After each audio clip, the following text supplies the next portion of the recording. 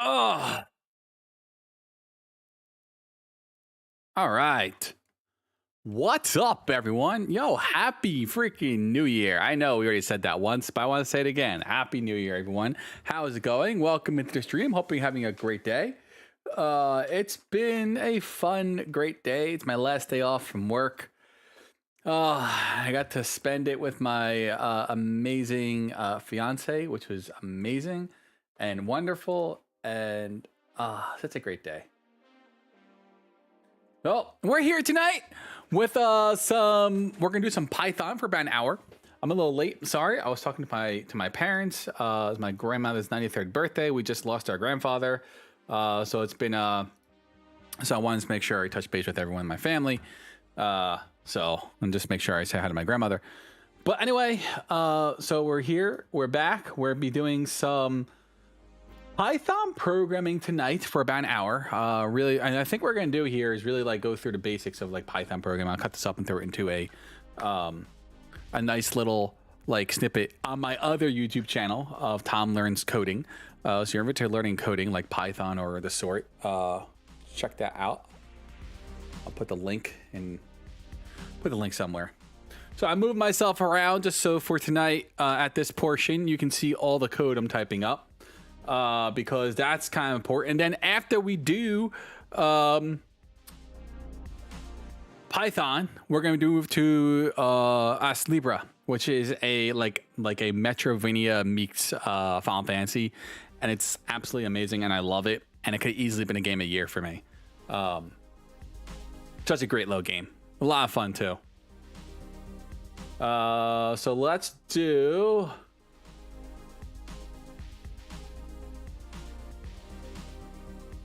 What's up? Dragons.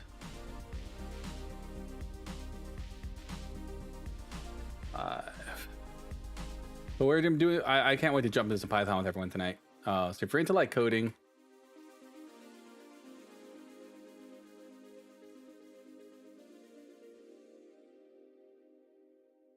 all right.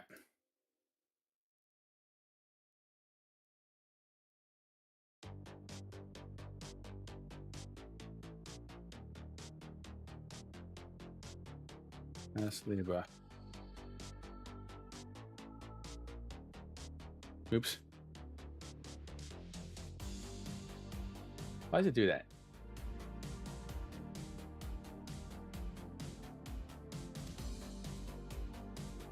There we go. That's not right either.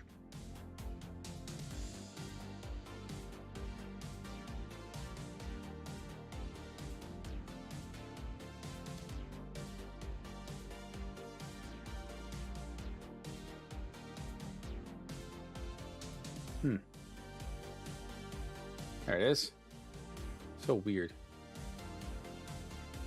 You got over there, kitty. All right, chat.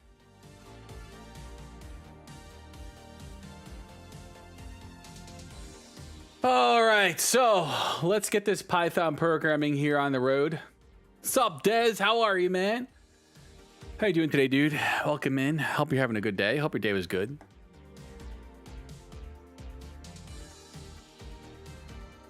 So, Python programming. I'm not sure who's into Python or just programming in general, but this has been a language I've been learning for the last, I don't know, couple months now. 3 months maybe. I'm doing good, dude. I had a great day today with my wonderful fiance. We celebrated our Christmas and New Year's together today. Very beautiful day. It was a very nice day with her. And now we're here streaming. All right, so we're gonna make a new file here. So let's talk about Python. This is probably like I think this is my favorite language. It's just so easy to learn. I love it. And we're gonna go through the very basics of Python. We're gonna discuss variables. We're gonna discuss methods and functions and things like that. Just because it's gonna be very helpful. I don't know. I think for people who want to learn to get into programming, I think in the year of 2023, programming is almost like essential to like IT work. like being able to automate work, being able to automate Excel, being able to automate like basic tasks, like even just deleting email. Like who wants to go through freaking emails and shit? Like we should be able to delete all that and just take care of it and just have like a program do it for us. So we're gonna go through a lot of this, and I know this is not like the most. I don't know how people actually like it, but this is gonna be every single stream that we do, which will be Sunday, Mondays, and Wednesdays. We'll start with a hour long of Python. So if you don't want to see Python, you can come back in an hour and be playing the game of the evening. The game on Wednesdays is going to be Astlibra. Sundays will be Crisis Core, and Mondays will probably be Diablo 2. It's gonna be a lot of variety because I can't stick to one game. I can't do it. I've tried. So we're making different content across the way. The most consistent content you'll probably see on the channel is Python, and that won't be posted on this channel. I'll have a different channel called Tom Learns Coding that I'm going to take this portion of the stream and post all the videos there. So you better go through like, what a function is, what a variable is, all that other fun stuff. So let's talk about Python and what it is and how to use it and why you would use it, what the benefits of using it are. So Python is a program language. It's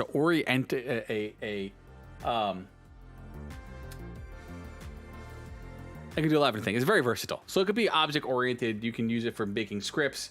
You can do web development with it. You can do main thing I like to use it for is like automating Excel, looking for data that's mismatching, like data science and things like that. Really good for financial things, financial reasons. Python by itself is just like a really powerful and versatile language, and one that is really easy learnable. I like the syntax in Python mainly because like normally when you're coding inside like any other like program, like let's take PowerShell for example. We'll just drop PowerShell code in here.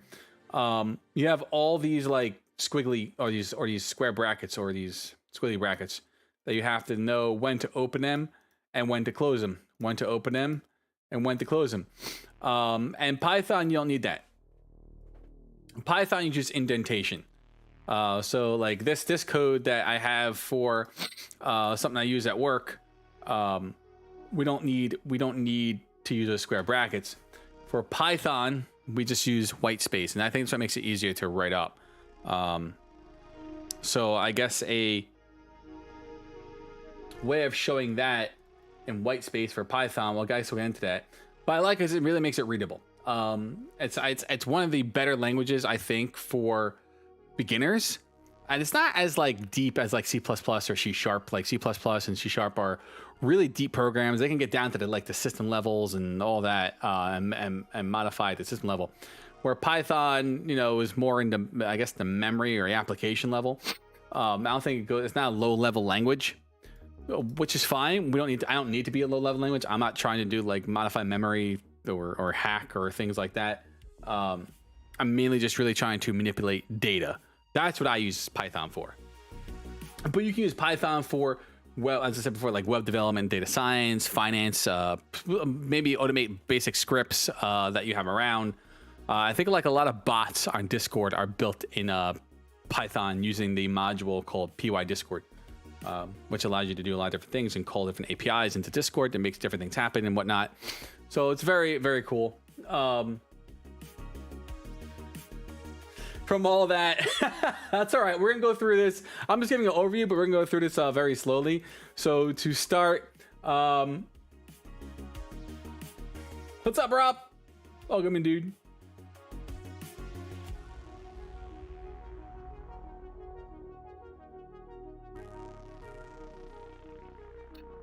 So like, one of the biggest things I think Python's being used for right now is like machine learning and automation. Like I love the automation behind like machine learning. The automation behind Python, because it's just really powerful. And they're also gonna be used for like games and multimedia too. You can there's like scripts that will be called into applications that might be programmed in Python. That will do little things or like handle some other like scripts that just Python can just do at a lower level. instead of using like C# or something. So I don't know, Python's cool. A lot of different things. So let's jump into this. So I don't know how many people here actually know Python or how they want to or how to learn it, but I guess we'll start at the very basic level. How I learned Python was I was given I think everyone starts out with this, like, right? So you get say I want to print out to the screen the most basic of every basic programming language that there is I want to print out I want to say hello world in a programming language. That's what I want to send to the screen. That's what I want my program. I want a program to just say hello world. And the easiest way of doing that, one way, the first basic way, is just understanding like what a print function is. All right.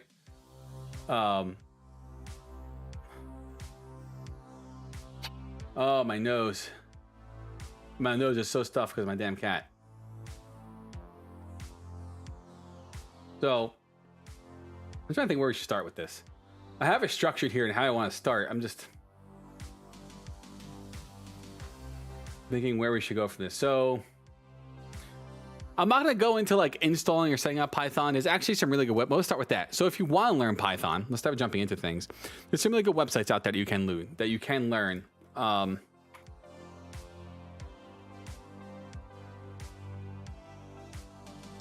There is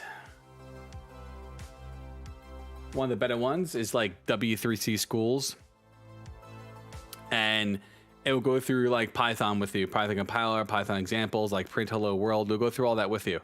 And like if you want to just learn how to like code online, or learn about like what variables are, what comments, doc strings, output both text and a variable, output, just different things you want to learn. Python casting, integers, like things like that. How you do all that. So there's a lot of different things here that you can learn through W3 Schools. I like this one. There's another one, really good one called Free Code Camp, I think it is. And this one's really good. It does Python. They teach, I think they teach Python a few other areas. Hold on, let me sign in. I want to dox myself.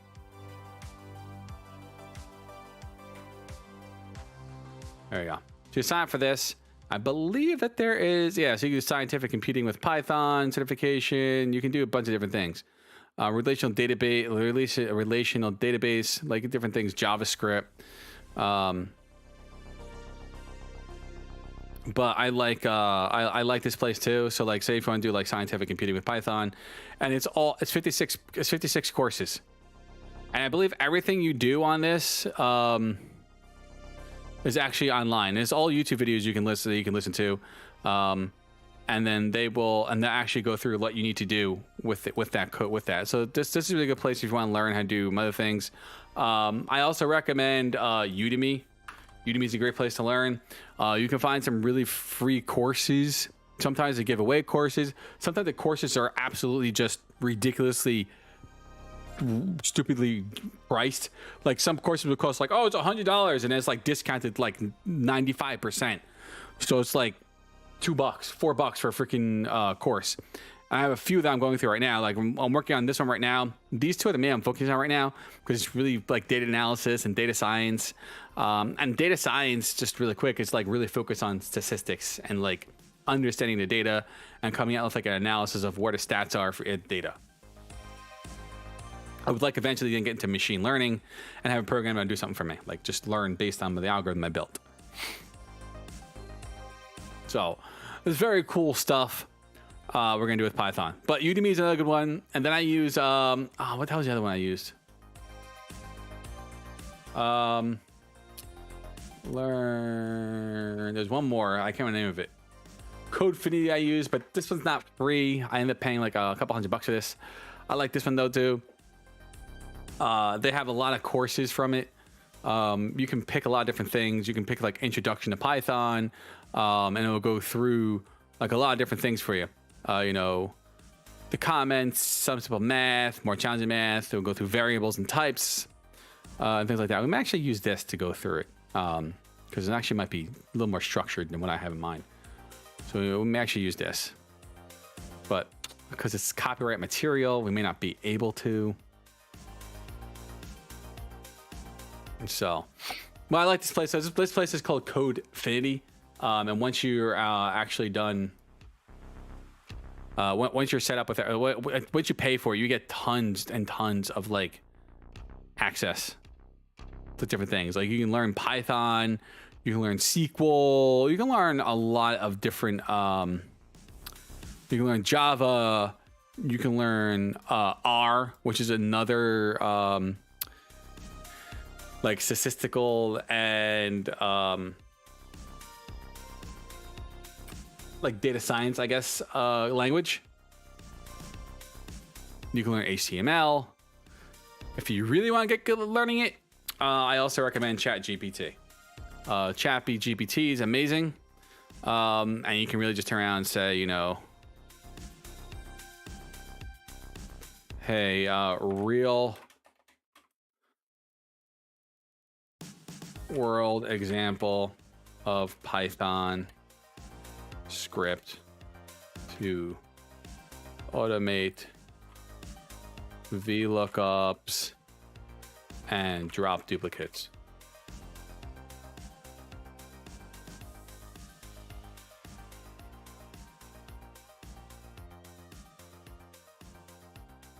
So, and we'll go through of like everything that it needs to do, tell you how to import things, show the code itself. So I think in the age of AI, if you're not using AI, you'll be replaced by people who are using AI. Just because AI is going to do a lot of things for you. And it comes down to why work harder when you can work smarter.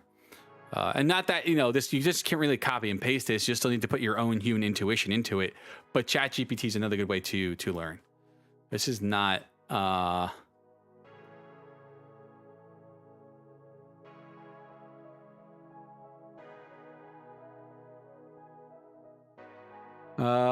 participant, blah, blah, blah, blah, blah, blah.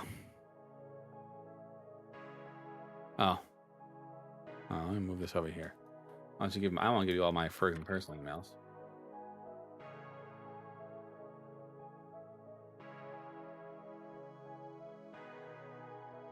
So yeah, but then here you go. This is what it does.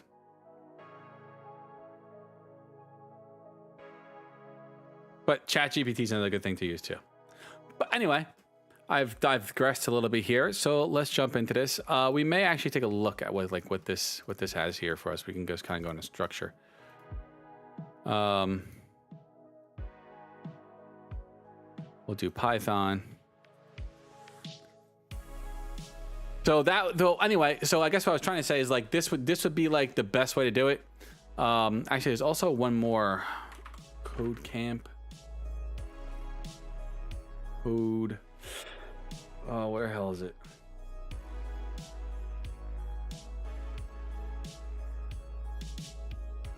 Codefinity code. There's one more. Oh, Replit. This is it. If you don't want to have to install, this is what I was thinking of.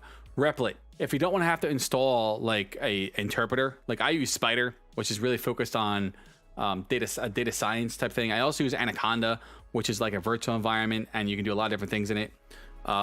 But if you just want to keep it simple and you be able to do it online, you can use Replit, which is really nice because you can do it for a lot of different interpreters.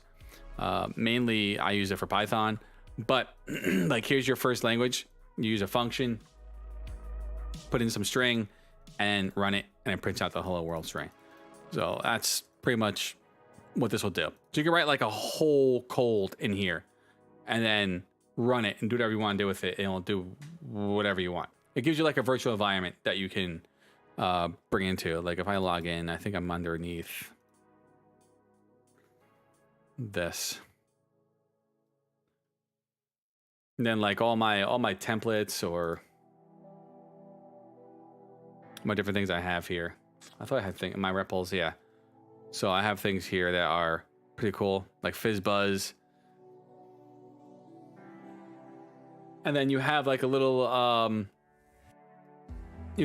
virtual environment. you can upload files to it and access those files, and then you can just really play around with your code in here. You don't really need like to install interpreter. You can do everything online. So not bad. It works very nicely this way. So however you want to do this. Anyway, I've digressed. I just want to give some areas you guys could go to. I'll have them all in the links in the descriptions about, you know, all these different things. So let's talk about Python from a high level standpoint. So in Python, I like to use Spider. It's an interpreter. I set up like a project repository that's on my Google Drive. I have a place that's called Python Schooling, and then like Python Expert, and then my Python Learning. And this is where I save everything too. It's my project folder.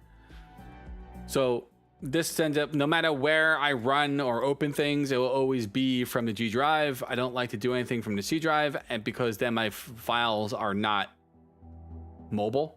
I like the fact that I can then pick whatever I'm coding. I can pick up on this computer, my streaming PC, my phone, my laptop, which is very nice. And then I can just easily as well just transfer, because work doesn't allow us to access Google, but I can easily just transfer this to, you know, email it to myself at work and then start working on it again and just put it, and then from there email it back up and save it in the Google Drive folder and whatever. But I like having the ability to just be able to save my work, so all over the place, and just be able to access it anywhere I want. Cloud-based programming is very nice, especially with saving files. So if you are using a thing like Spider, I recommend downloading like Google Drive, and then using Google Drive so you can have access to your files pretty much no matter where you are. Whether computer you're on, you can always access the files and make a quick edit. Something's not working, you thought of something, you figure out how to fix your code, because most of the time as you're writing a code, you're spending just the same amount of time as fixing it. Because when you're writing code and shit's not working, you know why it's not working? Most of the time, you're missing something simple, like a parenthesis or some type of terminator to end the actual area, the actual code. So that's why I can't tell how many times I've done that. I'm like, why is this code not working? Why is it not working? And then I go through the code again, and I find, oh, that's why it's missing a parenthesis or some nonsense. Make this a little bit bigger so you guys can see it. Okay. All right. So anyway, enough babbling. Let's talk about Python. So Python, if you saw like over here on which one was it? Oh yeah, it was Web3, right? Or was it Replit? Whatever. We use one too. Python syntax. Print hello world. So that's like your basic of basic, and you're pretty much what you're doing is learning about what a function is, and a string all at the same time. So, and you're just taking you're taking a string and pumping it through a function, and a function is really just in Python, a function is really just a block of code that's performing a task from other parts of the program. So for like print, for example, you're saying, hey, the function print, and you can tell it's a function because normally functions, we'll use Spider, just because that's what I'm gonna be using, print, but you can't do anything with it. Like if you just make it print, it knows it's a function, but to tell Python it's really a function, you gotta put open and close parentheses. Now it's a function, we know it's a function. Usually functions start at the beginning of it, beginning of code, and then to put inside of it, we could say, hey, I want to print 1. I want to print the number 1. And you press play. Don't show us again. No, it'll do exactly that. It will take whatever you're putting into it and print it to your screen. I can't make this one bigger, but if you see here, right here, it printed number 1 for us. I could print 5,000. And I'll print out that number in line 2 for us. So it's just the print function is really just printing things to the screen for us. or the console, I guess this is the console, so it's printing out to the console for us what we're typing in. And the function is just really that's that block of code that is calling or invoking other parts of the program. So so in other words, we could, so that's a number, right? Let's now make it a string. And a string is usually something that's something that is wrapped around quotation marks, either double quotation marks or single quotation marks, right? So you can have double or single. This is now a string. You can't have double and single like this. It has to be one or the other.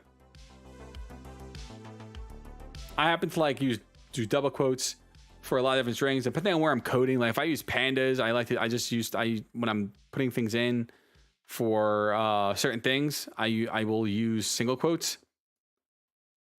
I just like it better.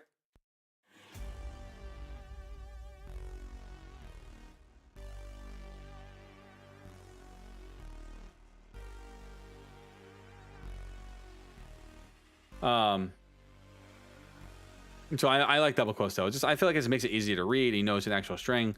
Then look, we hit run, and there it is. Hello world. It prints it out for you.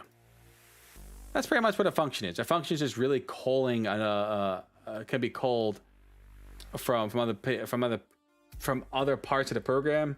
It's useful for organizing and reusing code, and it helps make the code more readable. I'm looking at my notes I was writing up earlier. So this is and to be understanding, this is a built-in function in Python, because as you get more advanced in Python, you can define your own functions, but we'll cover that at a different time. But this is a built-in function to Python. Like print is a built-in function.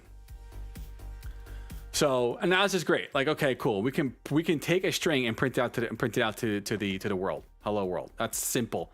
And that's how simple the syntax for Python is.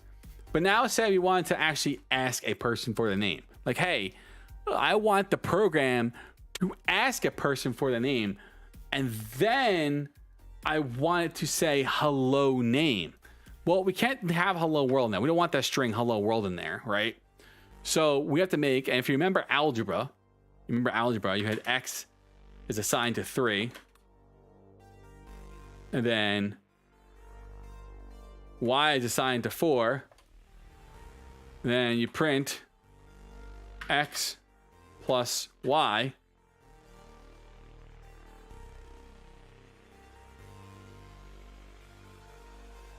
And it's adding like algebra. It's adding 3. Oh, I did that wrong. What did I do? Y, x. You say x plus y, and it's gonna tell you, oh, it's 7. But if you actually see, I didn't do that wrong.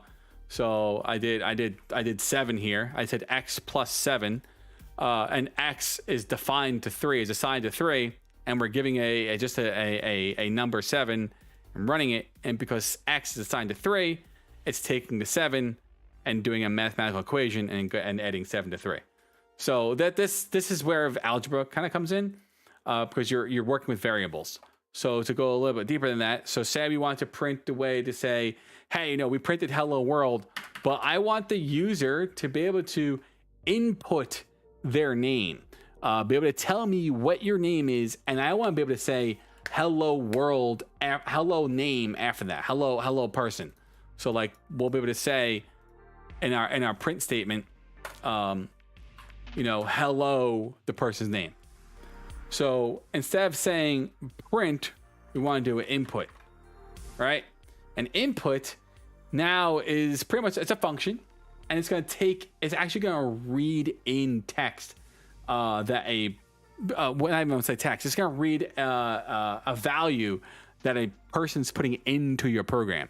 So whether it be a number, whether it be like if I did it, name is, whether it be they enter in 5, and then you're gonna you have a variable that's up to x equals 3, and then you're gonna do x plus name.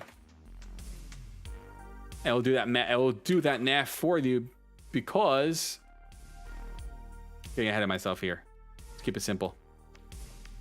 So it's just taking a value. That's all it's doing. So you're running a program. When the person runs the program, it's going to ask them, hey, I want you to enter your name.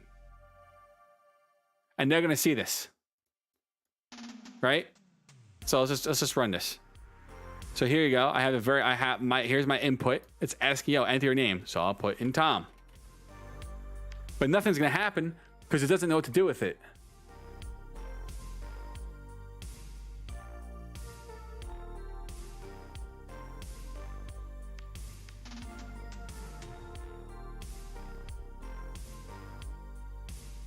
One second.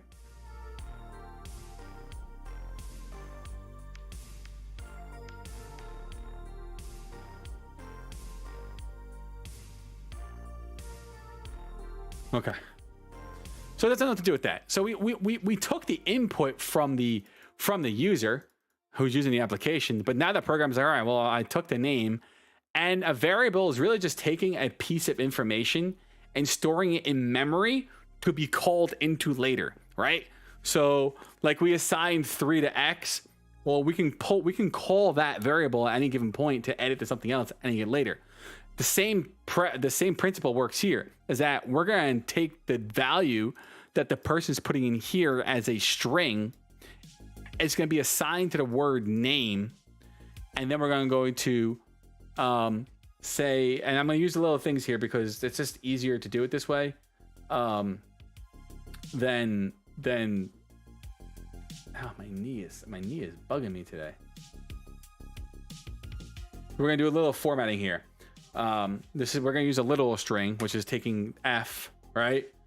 This is going to allow us to combine strings with a variable all in the print function to print out things nicely formatted. This is like a format string. So we're able to say, all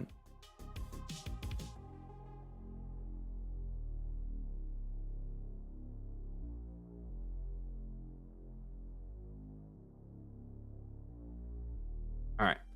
Okay, sorry. So I'm going to say, hello. And the moment I put see how that happens? Like it's just an F right now, right? It's just a weird F. Like it's just, oh, okay, whatever, nothing. But the moment I put quotations in front of it, that F gets like kind of slanted. Well, now it's becoming that format string or that little string. We're going to type in hello. Curly brackets. The name, the variable you're going to call into here has to be the exact same way you're going to make it here. So if you do this and try to run your program, it's going to error out on you because it's going to tell you here, look, invalid synth. Actually, no, it's going to bitch at us.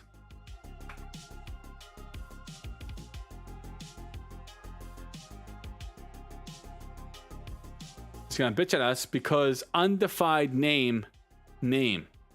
There's no variable named name anywhere in our program, right? So it has to make sure, you have to make sure whatever you name your variables, it matches exactly that. Otherwise, the program won't know what to do with it. Python's be like, I don't know what you're talking about, dude. Like, I don't see anything named that. So what we're doing here is now we're taking input from the user, storing it directly in here. So what's actually happening is when you type your name in, name now literally becomes assigned to Tom. So name is no longer this. Name now becomes this, right? Name becomes this. It becomes a string with the name Tom in it. So when it prints it out, it will print this out. So when I type it in, it will print hello and whatever string or value I put into here. So let's try it. Enter your name, Tom. Hello, Tom. And that's basic program in Python. If I lost anyone, please let me know. Leave comments down below. I will help you out the best I can. But that's like a basic Python program, and that's like principles of Python. Like if you can understand the basics of like programming, understanding how a variable works, understanding how different things work, you'll be okay.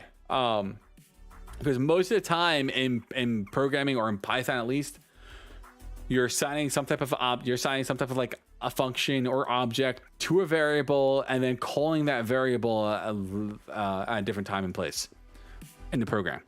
Another way to actually learn your application or your program that you're building, there's an application called Thani, and we'll download this really quick because I happen to really like this application.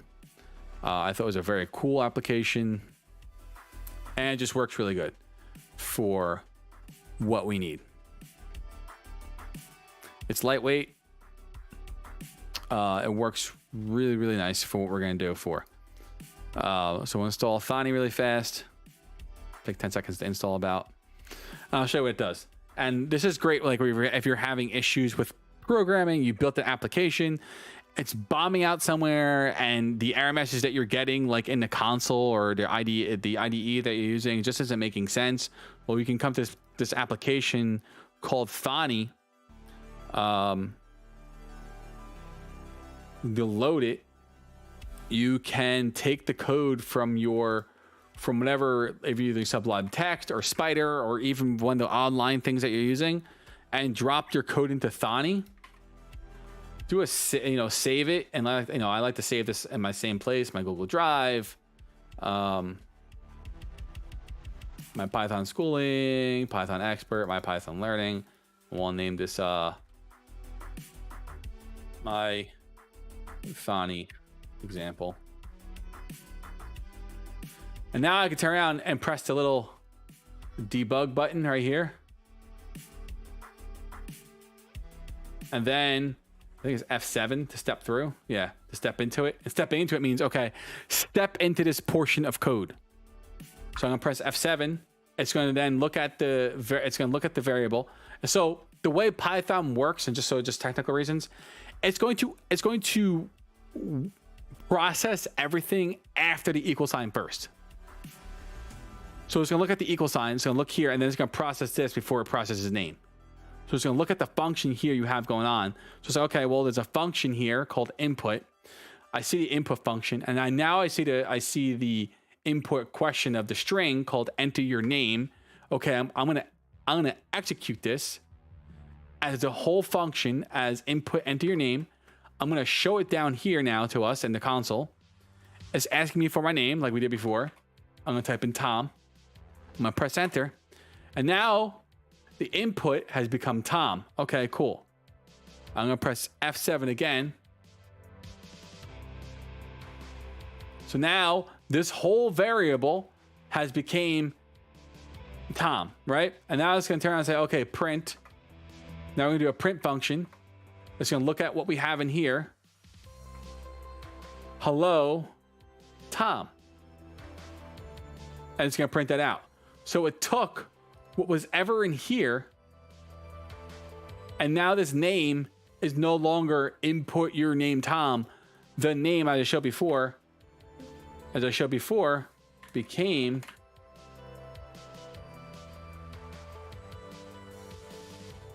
and that's what happens. So the whole input became Tom, and now this name variable is now named Tom, and I can call it here. So it's very cool to see how this works. We'll run it again just to make it clear. So input my name, Tom. Now here's my variable. My name variable is no longer input enter your name. My name variable is now Tom. And what we're doing is we're going to print out the variable with the hello string in front of it by using the F literal string or the F format string. To say, hey, print out the word hello with whatever is in the variable of the name. Whatever's in the name variable. So the name variable is what I put in. I give it a value. Now, hello, Tom. So I recommend programming with Thani, or just anything you're doing with Thani, because you can really just understand what's happening with your code. If you find code online that you're like, I don't really know how to do this or understanding this, and you go to Stack Overflow or Chat GPT, and it's doing something for you that you don't really fully understand, drop it into Thani and debug it. It will go step by step for you to see what's actually happening in the program and understand what's happening, why it's happening, and what could be bombing out somewhere. And then it will help you get an error message. Like if we just did this and we run this, debug it. All right, let me enter, you know, go through it again. Step through it. It gives you name is not defined. Python does not know what name stands for. So it's telling you, oh, okay. It tells you on line 2, the name of name is not defined. And did you misspell it somewhere? Did you actually mean a string? Did you forget to import it? So it's really like a misspell or a miscaps lock thing. So you really want to make it name and name. So you want to change it from the capital to the lower. And then Python will know what to do with it. Because you have no variable named name and you're calling it and it's like, it doesn't exist anywhere that I can see. So having like this little thing where you're pulling like code from the internet, from either Stack Overflow, using ChatGPT or Spiceworks, wherever you're pulling from to learn how to learn Python, Thani is a absolute, I think, amazing tool that anyone learning Python should 110% have in their toolkit, because it's really going to help you understand what's happening with your code. And while, you know, this will do the same thing in certain ways, it will run it for you. You know, name not defined, but it may always give you what line it's on. So it's like, okay, so if you have like thousands of lines of code, okay, that's great, but what line is it on? Where am I trying to find it? You know, where is that issue happening? So because you could have something like this multiple times. So where do I find it? So I recommend Thani 110%. As you are learning Python, it's going to make you understand. It's going to help you understand what you're building with your code, understanding if and for loop. You know, your conditional statements, your for loops, your while loops, a bunch of different things like that to understand what's happening, why is it not working, and really step through each piece of code to get a better grasp of what's happening and then understand your code more. Very useful too, as like, you know, you're grabbing something from Stack Overflow. Oh, I found what I needed. This person developed it, and now I can just run it. Instead of just being like a script kiddie or a script bunny, drop into here and learn what the script is doing. Understand it. So if someone that, you know, wherever you are asks you, hey, what is this doing? You can have a little bit more knowledge to explain how it is working, and not just go, oh, I got it from the internet. I don't know. So, I mean, not everyone wants to be like that, but if you can find it, great. On the internet works. But if you want to dig deeper into it, I believe Thani is an absolutely, like, it's one of the best tools for learning Python. I don't know if other applications like C# or C++ or Java have something like this, but Thani is absolutely amazing. I love it, specifically for the debugging, portion of it, step by step of what's happening. I love it. And that's kind of like Python in a nutshell. We could probably go a little bit further with like certain things. I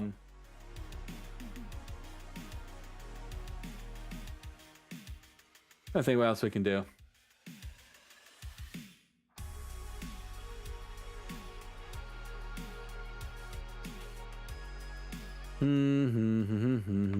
I could do this. Let's comment this out. So let's talk about a comment. So a comment in Python is anything that you're going to put a hashtag in front of, or a hash, whatever that is, shebang, hashtag, whatever you want to call it. Put a hashtag in front of it, right? So, and that's going to comment out the code. So now Python, if you try to run it, nothing's going to happen because there's no code here for to do anything. Python sees this commented out. Another thing also to be mindful of, if you see three things up here, you see three double quotes, right? So if I do like, you know, 1, 2, 3, and then 1, 2, 3, and write, this is a comment. This is called a stock string. This is a comment, and try to run it. It's a doc string. This is also another comment. Python will ignore this. Python will not print out to any console. It looks at it as a comment. It's a doc string, and it's just you making more information for whatever. And I guess a perfect example here is with my code I wrote here. I said this is a VLOOKUP outer left includes everything from left spreadsheet and include only the matches from the right spreadsheet. Anything that does not match, show as nan, not a number. And it's a doc string. So when the person's looking at it, you know, it's not in like this, you know, this, not in this gray text. It's just a doc string, so I don't have to have this nasty looking text over it. Doc string allows you to have multiple lines of text in one area. So I could really just write, this is a comment, and still run it, and Python's gonna ignore that shit out of it, because Python's like, oh, it's a doc string, so I'll ignore it. So 2 ways to make comments. I like to use this if you're doing something like, you know, if you're gonna tell like what the code is doing, like right here, you know, input your name, and then like print would be print values from name and join with hello string. And that's how you use a comment versus a doc string. Doc string could be like, you know, so like right here, it's got really long. I could do 3 and then 3, oops, and then turn around and say, and there you go. Print values from name and join with hello string. Now it's all big one line. But normally, like with that, you would use something like this.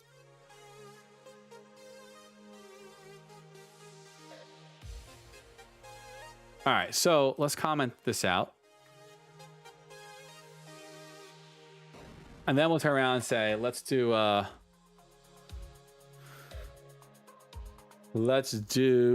see, look at that. This is a comment. So let's do this now. Let's do the same thing. Input. We'll call this number.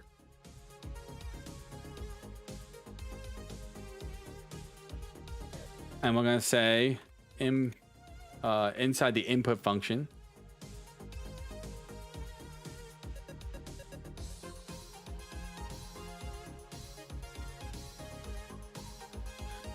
I think I have to do dot. This is getting a little tricky here. Dot. I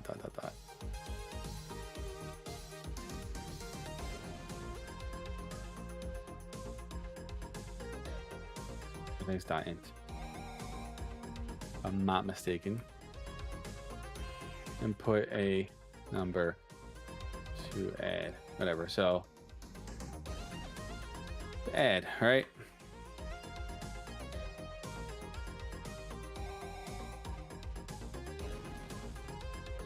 It doesn't work that way. Number is now going to be equals int. Then say we have x, and now it's going to be 5. You can print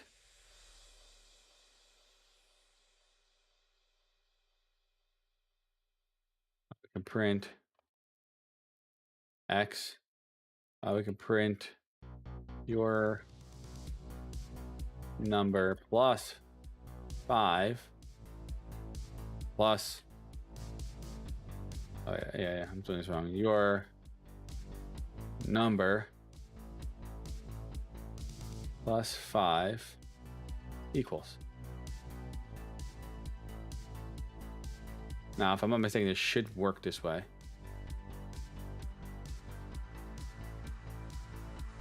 I'll do 20. That didn't work. Oh, I'm being dumb. That's right. I have to do input, then int. I'm being silly. So I'm joining 2 functions together, right? I'm gonna put in the input.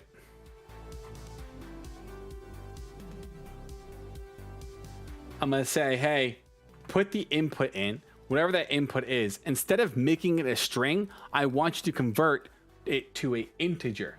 And that's what int stands for. It's an integer. So it converts a string to a number. And an integer is anything like this. It's a whole number. If you were to make it 5.6, that becomes a floating number. We're not worried about that right now. So right now we're actually taking an input function. We're using the input function, joining with the integer function. And we want to take that integer function. We're using the integer function to convert our input value from a string to an integer so we can add everything. So if we run this, I failed it. Yeah.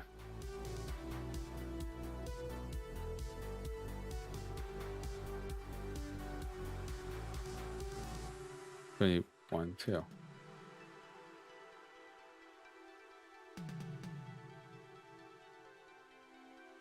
Give me a brain fart.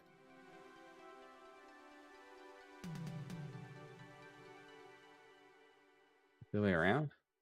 Might be the other way around.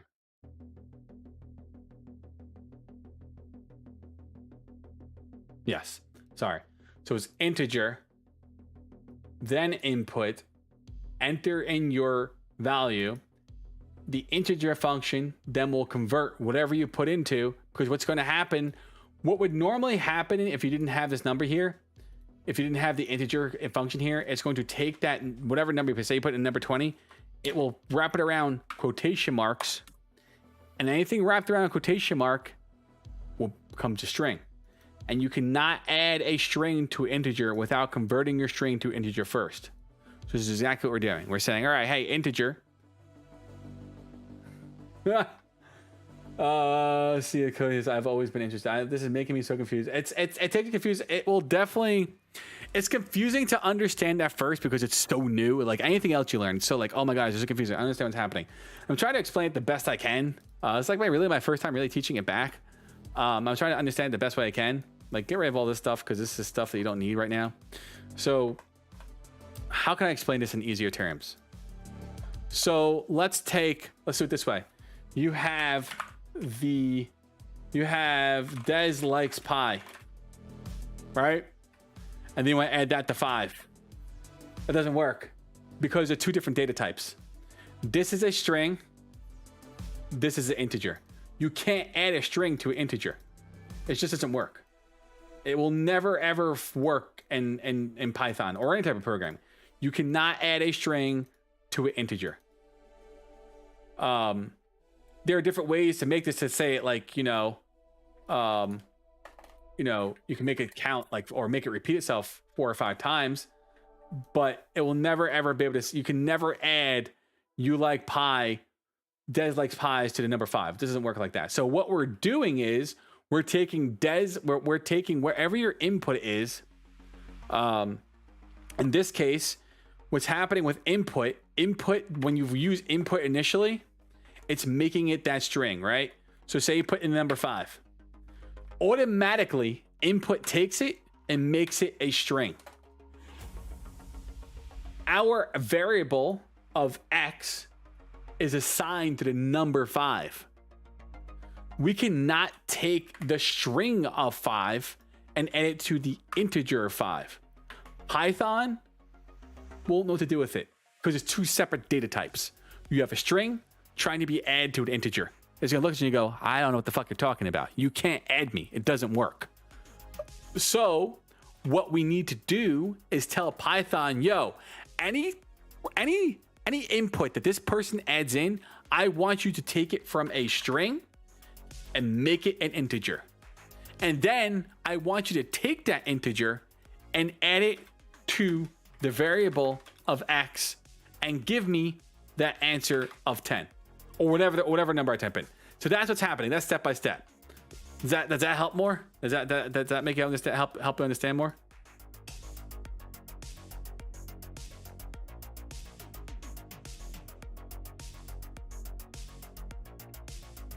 So let's see it in action now. Let's actually take this into Thani. Okay, let's drop into Thani. So here's our code. We'll debug this.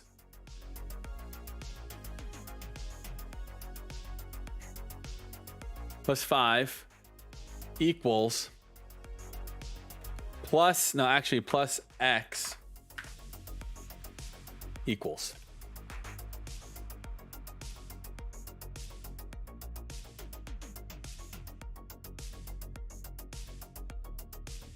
Okay. That's going to look weird when I print it out, but whatever. So here we go. We're going to debug this, right? We're going to debug this. So here we go. We're going to do our step-by-step instructions. So the first thing it does is sees the whole line, the whole block of code.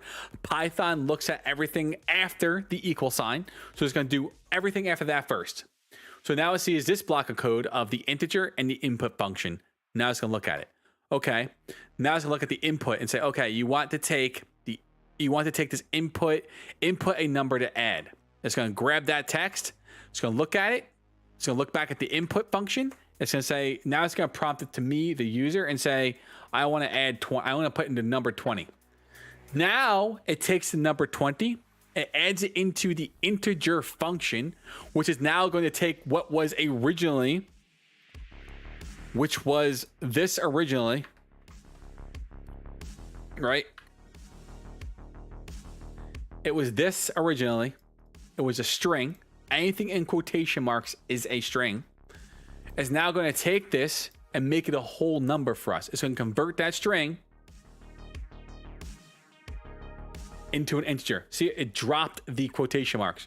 There's no quotation marks around it at all. It is now a whole number, 100% whole number. So now it's going to look at X and go, okay, so X is assigned to 5. Puts that into memory for us. So now both those numbers are up in memory for us. Now we're going to turn around and say, so number holds 20, X holds 5. Now we're going to say, yo, print. I want you to print this out for the user. And the way I want you to do this is by taking I want you to take your number, my number. So your, sorry, I did it wrong.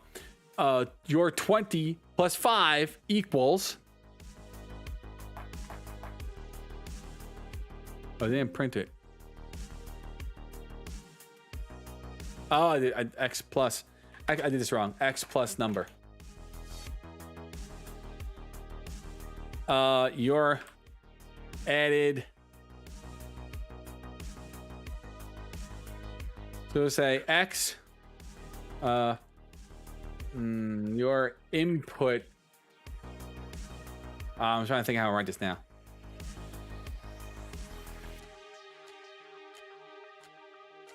X.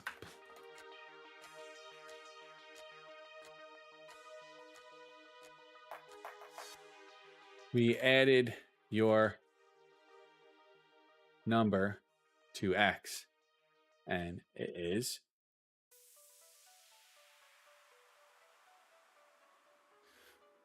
so this what's happening here, just so understanding what's happening here, we put this is the variable X. This is just a string of X. So we're saying, hey, F, literal string F, we want to use the variable in here to call this piece of block of code. So I'll go through that again. So let's debug it. I'm going to put in the number 20. It's going to pass through the integer function, convert the string of 20 to an integer of 20. It's then going to take X, 5 plus my number is 20, which equals 25. But we won't see that until we print it. Now we're going to say, yo, we added your number to X and it is 25. And there it is. That makes sense? I love coding. It's just so cool. Like the fact that we're able to do that is so nice. I think coding is one of the things that you kind of have to kind of do over and over and over again for it to catch on. Like it took me a little while to understand. Like I don't understand why we're putting integer in front of input, and what's actually happening. And then when I finally brought it to Thani for myself, and actually saw what was happening, I was like, oh shit! It's taking it and literally converting it from a string to an integer. And then I think what also like with programming, I think what you also understand is like what data types are. And not just, oh, okay, I'm just gonna program. Understanding that like a string is a string. It could be you could take a number and make it a string. You could take a piece of text and make it a string. And a string could be a mix of different characters. And that could be mixed with numbers, special characters, values, whatever. It could just be a bunch of different characters. Like this could be literally a string. That's a string. So we'll make str equals. The string, normally in programming, you put str. int, which is integer, is anything like this. A float is 0.1 is 1.0, 2.0, 2.0, 3.0, 4.0, anything that has like that. What else? I think those are like the main ones they use. There's other ones that we can use, but those are like the main ones that I've been using lately. But there's a whole bunch more you can use. I'm looking at my notes here. Like data types. I don't really see. That's a bunch of data types. Hold on, let me bring up my other notes.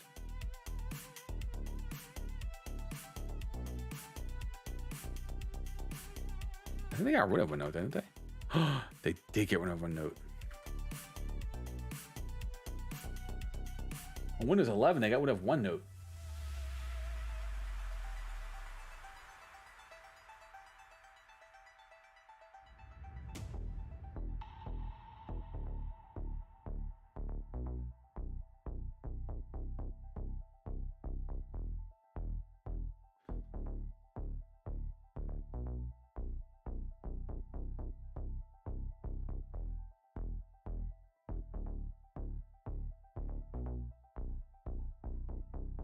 Wrong button, whatever.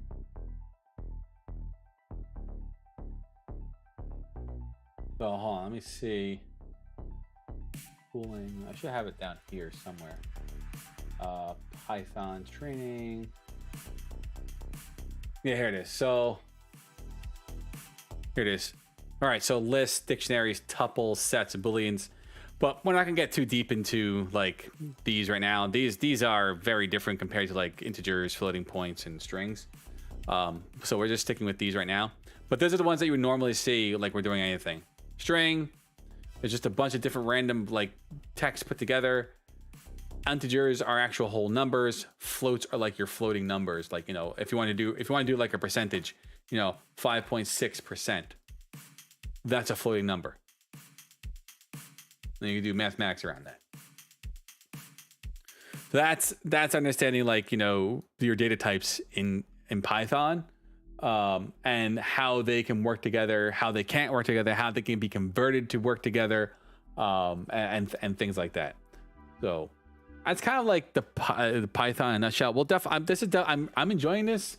I don't know who else is, but this is something I want to do. I think every start of stream, because it's just helping me teach back what I'm learning, making me really understand the fundamentals of Python, understanding what happened with eFunction.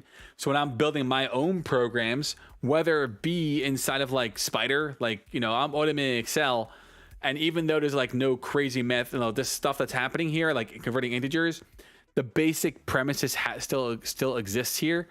Here's my variable, here's a input function, taking some type of value in, then calling that value later somewhere, and then calling that value later in a different way. And that's like kind of the basic premise of like what this is. So me teaching it back is helping me, and I hope I get to help you guys too. But I think this could be Python for tonight. I'm a little over an hour and 10 minutes we did Python, which is cool. Excited for that. But I appreciate you all hanging. I hope you found some value from this. I know it could be confusing a little bit at first, but I hope it helps you guys out. I gotta convert. I have to shoot this over to. I hope it inspire. I guess what I wanted to do is like inspire you to want to learn Python, or any programming at that point. Learn whatever. So I hope that helps you, because I think coding is a great thing. and it took me a long time to actually just understand it and really get behind it. But the more and more I learn Python, the more and more I understand shit like this. And it's like, oh, okay, I understand exactly what it's doing, what it's calling, what's happening behind it, you know, and what it's actually doing. There's some like a little like, you know, arguments that are happening that I'm not really sure, but that's small shit that I'll learn as I go. But the more I learn, the more I want to share with you, and the more videos we'll put up over on my YouTube. So it's just gonna end the Python section. I'm gonna stop recording here, just so then I can start a new record for Astlibra, so they're not together, and just make it easier for me to edit my videos. So I'm gonna stop recording here.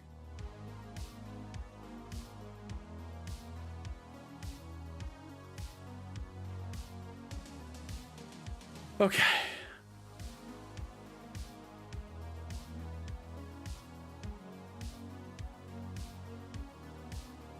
Got my music too.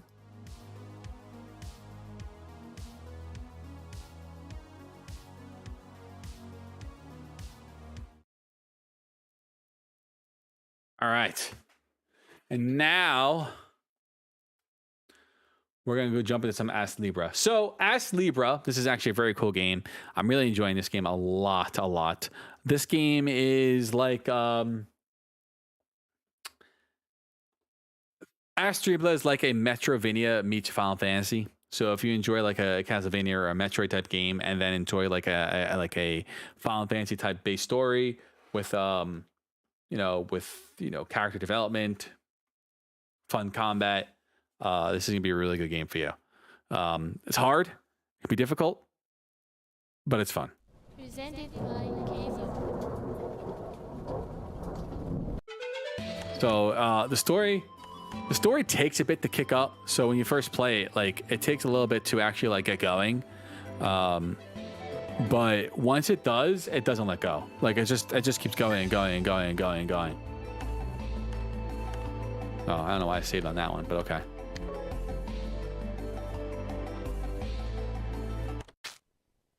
So I've been playing it offline. Let me do something here real quick. Hold on.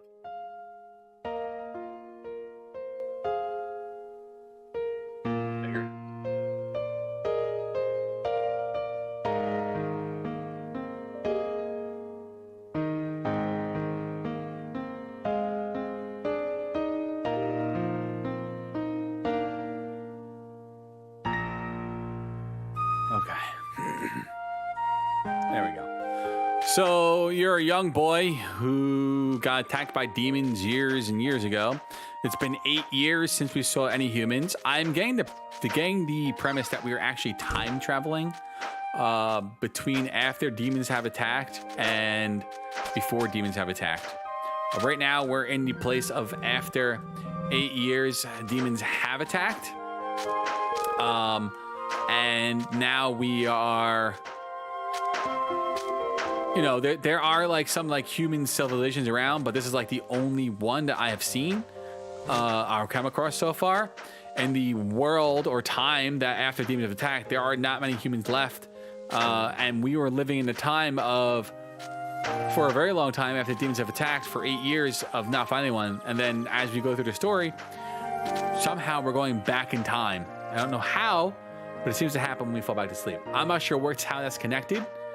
But so far, it's pretty freaking dope. I'm really loving this combat, the story. Each weapon has a mastery you can get. Each same thing with like the bucklers and your shields and your armor all have different, except for rings and whatnot. But like your main armor all have masteries you can unlock. You have different skills you can unlock for your bird that follows you around, that you can summon like dragons and almost like a Shiva. That's pretty dope. Just different things you can cast and whatnot. And then you have this whole crazy ass thing where you grow your character more by unlocking specific pages and whatnot. And those pages will then give you, magic +1 to, your speed +1, and just kind of grow your character even more. Then you have this thing called a Libra, which is taking 2 items and putting it on your, making sure that they weigh and scale.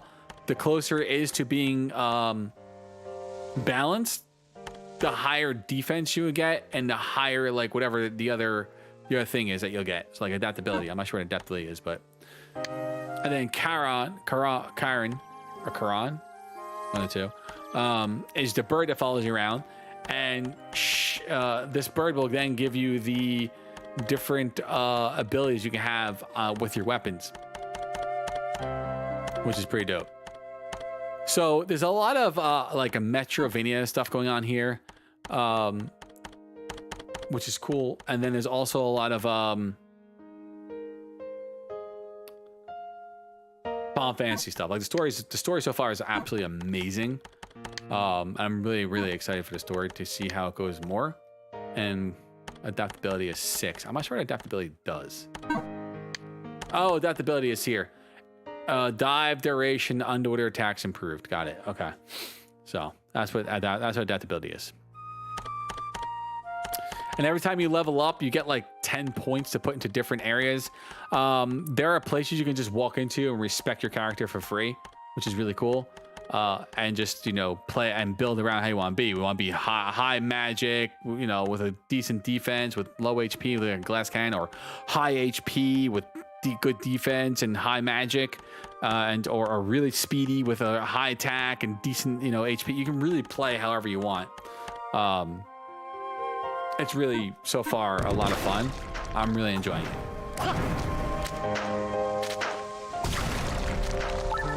All right, so I had to go to a bar, I think, and talk to people. So I think this is the bar. Have you come for a commission? You should speak to the barkeep at the back. He'll sort out all most problems. All right, cool. Who are you? Welcome. May I take your order? No, I'm good. Thank you. I don't feel like eating right now.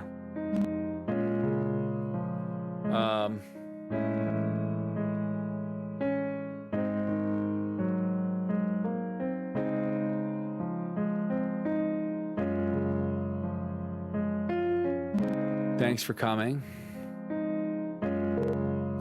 Is he human? A beautiful young man with a talking crow? Oh look, he's not human, he's a demon. Yes, indeed. Is that you, Mr. Gao? Yes. Oh shit. That Gao guy, I told him I'm not a crow. Muh. That's right. We heard we could get some information here. Uh-oh, everyone's gonna hear. Is it you that Gao was talking about? Are you... Oh, you really are beautiful, and a talking crow wasn't a lie. I thought he was kidding again. My name is Karan. I'm not a crow. Oh, sorry. Karan, is it? I'm Milu. I run this place. For an almost always barkeep. I leave her do everything around here. Please listen to what Milo has to say. Wait. It's about the hometown you're looking for. It's a bit of a challenge. I knew it. An unnamed village attacked by a giant demon and a person named Manilis isn't much to go on. Most villages on the continent have been threatened and damaged by demons to some degree. So the clues aren't really enough. Oh. Okay. I think instead of moving from place to place, it'd be more efficient if you had a base, don't you think? I agree. I was actually thinking the same. So this tavern has a guild that helps those in need from various places. Gao told us. He said he works for it. If you're game, why don't you work here? To think that Mr. Gao introduced people to the guild work. It's simply a miracle. Seriously? Truth be told, we call the guild, but Gao and I are the only ones doing any other work. Many people approached us for work, but Gao rejected them all. He said they had to be trustworthy. We've got bigger problems, you know. Ooh, she's not happy. At any rate, it's rare for him to like someone. This time, he introduced you instead of saying no. Yeah. We've only just met Gal. He must have something on his mind. He really helps me, though. And such a handsome man, too. Ah, you mean me? You're making me blush. We couldn't ask for a better situation there. It's far better than roaming around aimlessly. We'd love to work with you.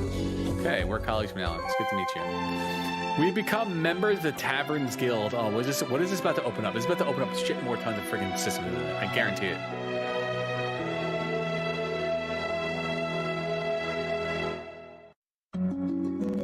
Thank you for your help.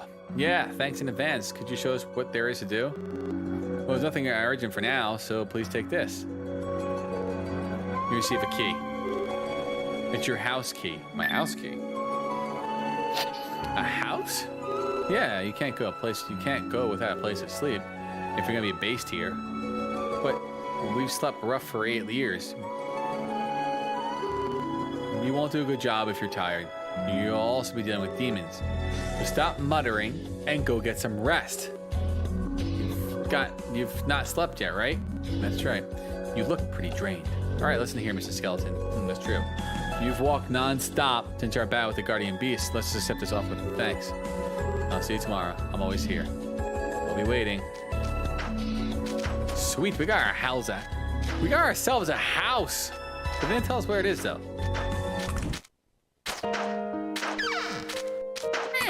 Where are we going? Where's this house?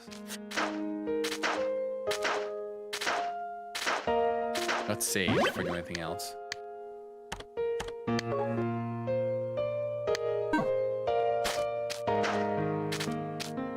Gotta be here. It was a locked house over somewhere here, wasn't it? Nice. Whoa, hey, look. Doesn't it look like that house? I like it. I like it here. It's got a bed too. This is more than I expected.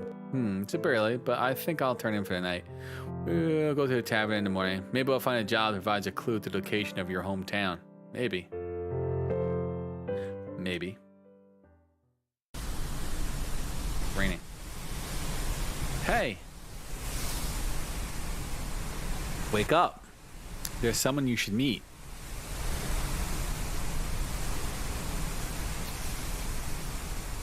Is that crow dead? Karan dead?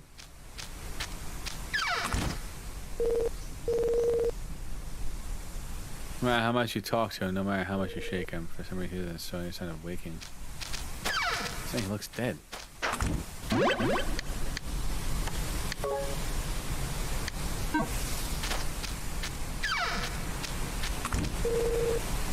He doesn't budge. Oh, where is this bringing us? Oh, nice. See, that's what I'm talking about. Now we can reset everything. We'll lower our attack a little bit.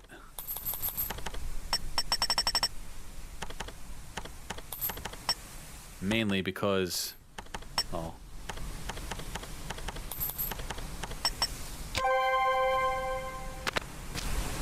The cool thing is you can come here anytime and respec yourself.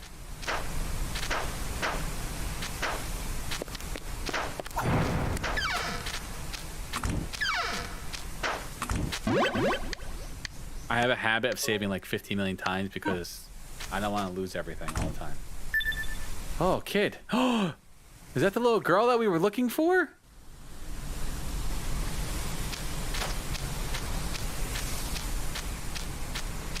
Did she go through here? She's a ghost, though.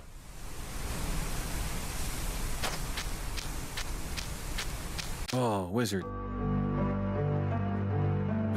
It's a wizard. A visitor to this dimension. How curious. Young man. You've got something interesting there. Do I? What do I got? Those there. Are they Astes scales? They're not fit for human use. Where did you get them? I don't know, someplace. Perhaps just how fate works. The time will come when you deal with the scale's true power. When that time comes, which way will your choice tip the balance? I can't wait to see.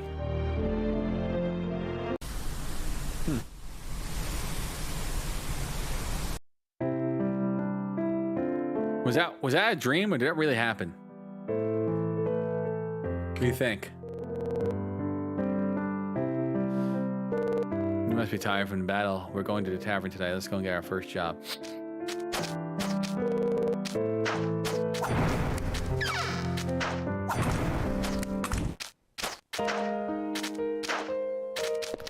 So, I haven't died yet, but I am playing this game on normal right now. I might bump it up because it is a little easy.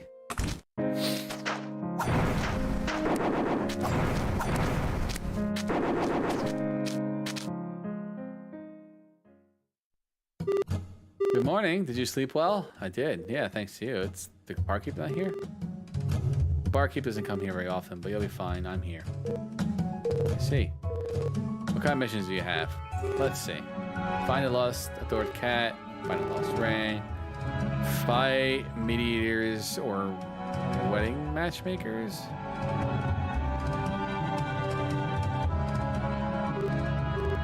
What's the matter? Is there something that would let me go outside? I don't feel like solving a problem that definitely wouldn't provide any clues about my hometown. You're asking too much. You've been given a house.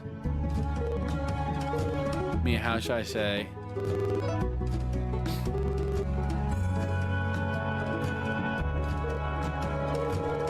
They say this kind of thing.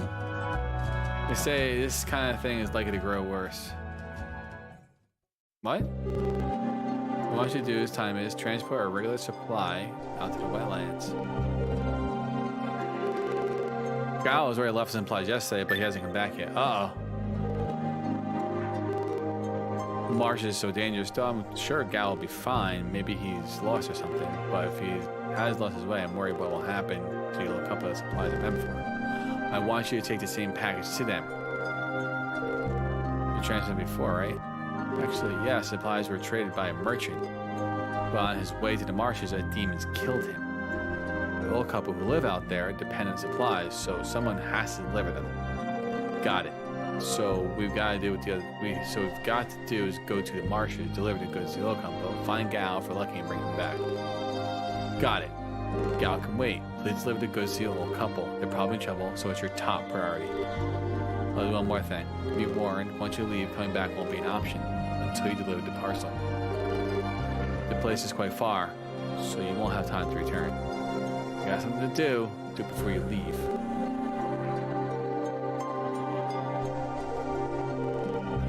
Wow.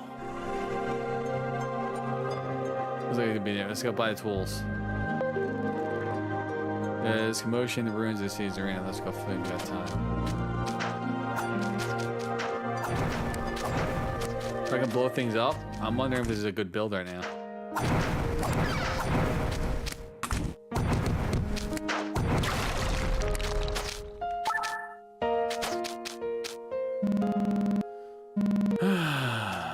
Alright, let's see. Let's go into here and see what we can buy. I wish I could buy this. I don't have enough money though.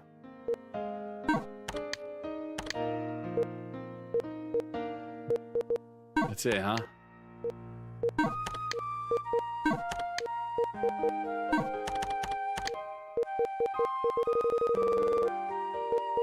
I could sell like those whatchamacallit things, bat wings. There was no, I'm a stone.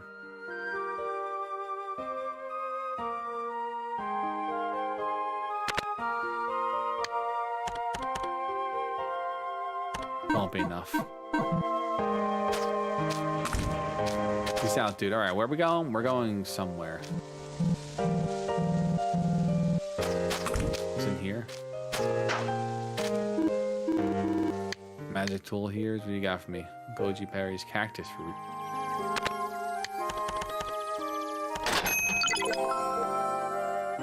I'll take 3 of those, I guess. A stone pickaxe.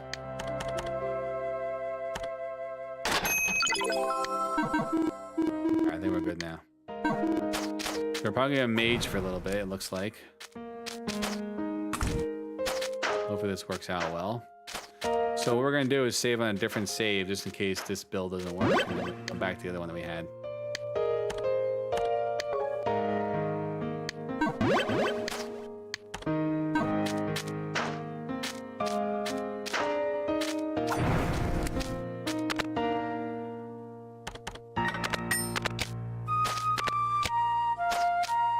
Alright, so now let's go talk back to the guild person.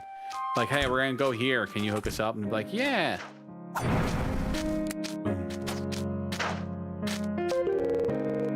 Point. If you choose to play at a dire difficulty level, you can no longer decrease it, but it is possible.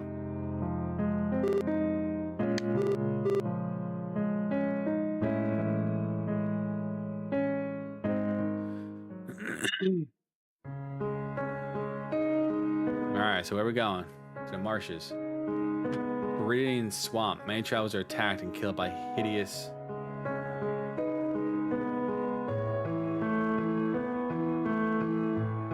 hideous monsters who reside here, while others are simply dragged down to the swamp itself. Their corpses left exposed to the elements.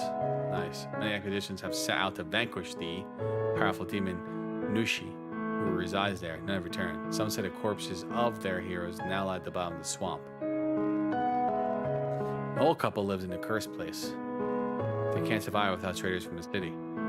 Deliver supplies on behalf of those merchants who lost their lives. Go, my minions. From Milo's request. Go, my minions. What's up, Mike? How are you, dude? We're here. I know a swamp. Admit is unbelievable. Be careful. Even traders who came here have also lost their lives. We don't want to meet the same fate. Somewhere an old couple waiting for us. Enjoying the hell out of this game, dude. This is amazing. Hopefully, guy and bring him back. That's the plan. Let's go.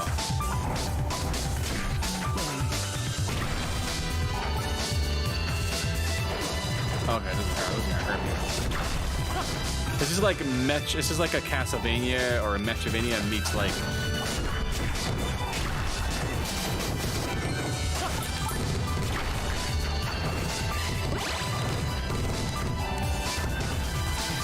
Meets like a Final Fantasy. It's a lot of fun. Combat's fun. The character development. I'm not really feeling this freaking. I want to level it up. And I have a thing to change around.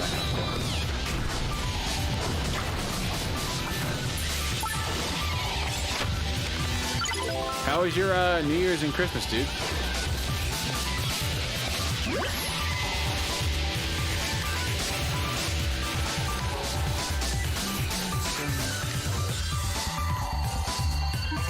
Good, quiet fun. But yeah, that's what I hear a lot. Everyone's very quiet.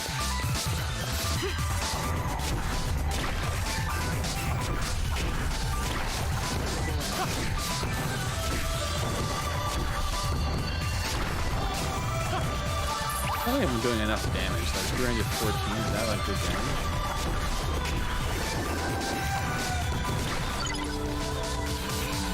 Force magnet. Alright, cool. That's what I want.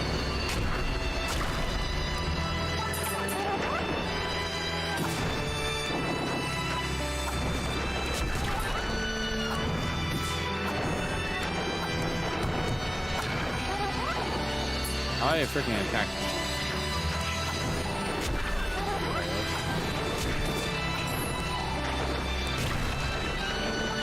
Where's that? Ooh, a lock chest too. Stamina card, nice. Adaption card. Alright, hold on. Let's do. I'm not feeling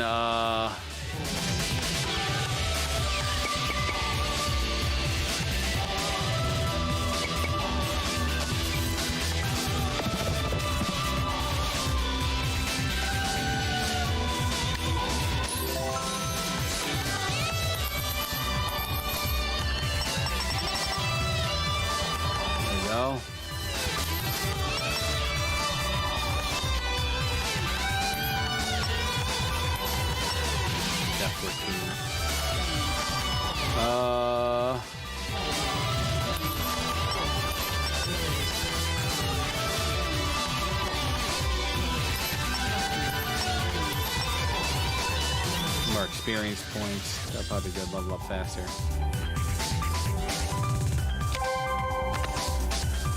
Now let's equip my...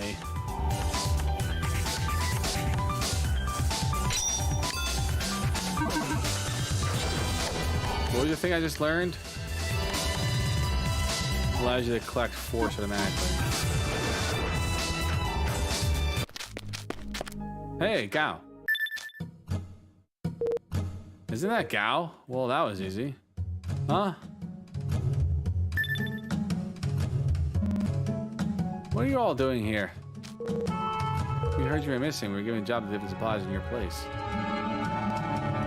Ah, then we're all lost. Not lost yet. Look at this place. Oh, it's just water. No one can cross it. This is where we stop. What do you mean, stop? Don't be a bitch. It doesn't look like the swamp from recently. In that case, let me go check. Perhaps there's a trail leading to the other side. Not a crow!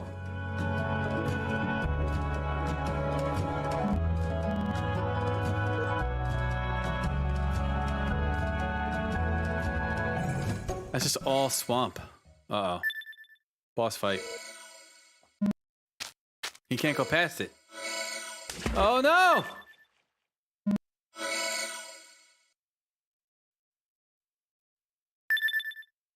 I'm confused.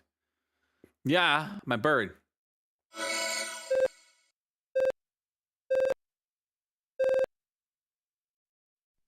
The common crow.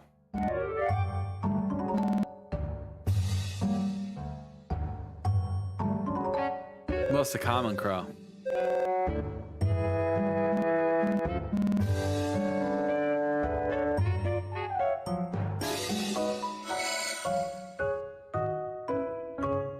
You butthead, you freaking lying bitch! You took me to take the freaking crow. Oh.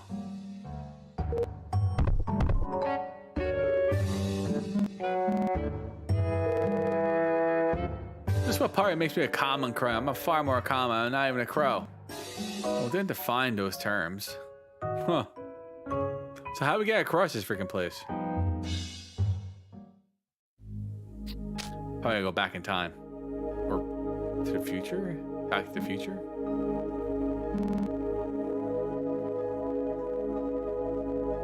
Game is really cool. It's got a confusing little plot. Like you're going back and forth between the future, not to the future, back to the future, then back in past, and back to the future, then somewhere in the present somewhere. Because when you go to the future, you're... No. Well, yeah, I guess when you go back to the future, when you go to the future, your future becomes your present. And when you go back to the past, your past becomes your present. Right? In that case, we need to start from scratch. I'm going to check over here again. You're going back for another look? I didn't want to come near this place again. Okay. I suppose Milo might not kill you if you don't make it deliberately. You heard of Nushi? If you see him in the distance, just run. Don't even think about fighting him. I'll fight whatever I want. Military?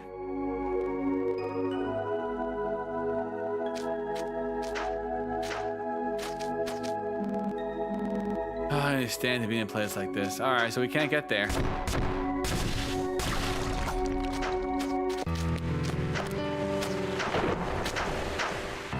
have to go back.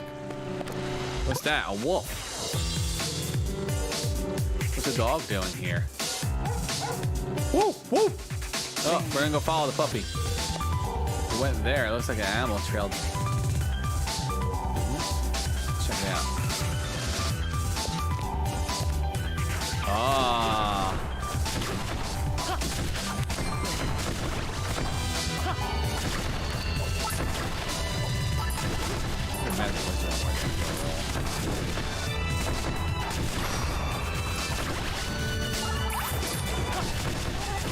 That's more fun to be melee.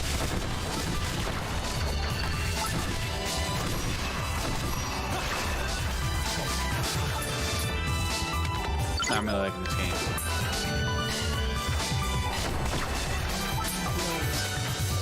No, I wish I knew about this game earlier, because this would have been freaking like I would have like the way that it is. It's just so well done. It's giving it a game of the year for me.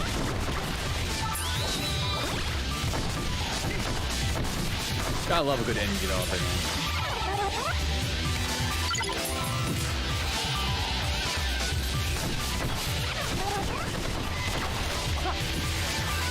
That's a loaf of fucking bread. I pinched a loaf earlier.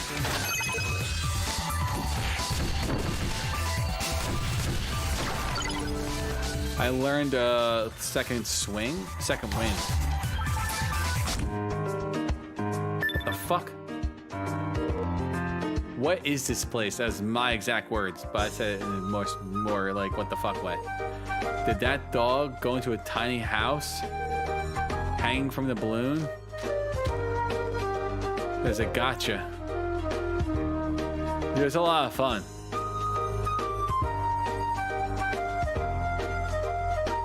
It's deeply rewarding. Oh, drop out. That one comes out in order that put in. The same for any ordinary gotcha. Is it? Oh look, a respec area.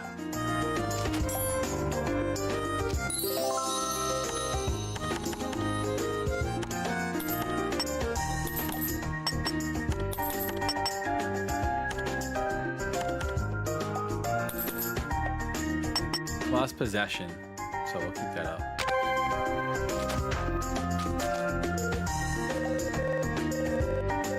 I just tried putting in a freaking... Where is this person? Huh, is that a pig? Not a pig! Mokuyu? Mokun? Mokuyu. A talking pig! Mokyu, pigs don't walk on legs. On two legs. Mokyu can't pig, and Mokyu is Mokuyu. Okay. Well, let's just put a pin in there for now. So Mokyu, what is this place? Thanks for asking. Oh gosh, one of those things. This is Mokyu's Wandering Shop. Wandering Shop.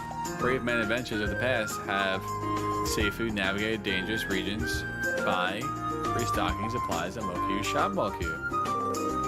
That should sound useful. That's right. It's really useful. What game? What's the other game we always say something at the end? Oh, Kupo. I'm thinking of freaking Final Fantasy, all the Final Fantasy games. Kupo.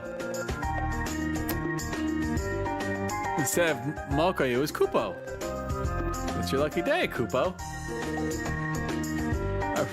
I don't understand how this works, but we can't afford to pass up on so convenient. Show us what you got. I've been waiting for that, Mokuyu. What do you want to see? Items or equipment? How about both? Oh wait, on. Hammer. Holy shit.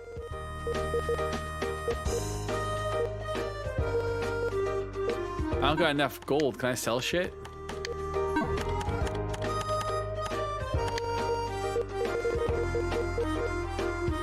Where's that Numa stone?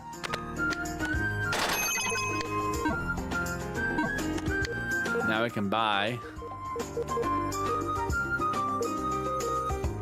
Wow, Gladius iron. Holy balls, iron axe. So every weapon. Oh my goodness.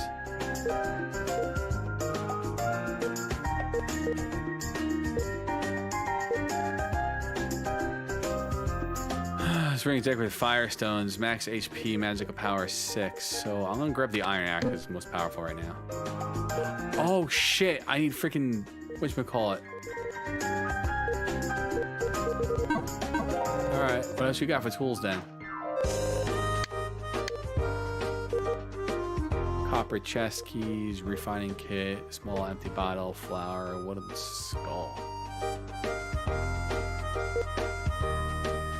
Oh, sweet. Buy them more than once. Okay, cool. I'll be back, Mr. Mokuyu.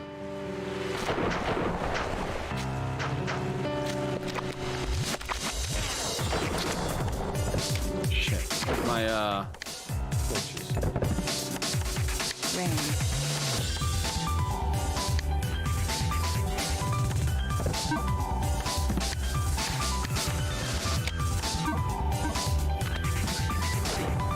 Should bought more torches. I haven't done any torches. Whoa, hello, frog.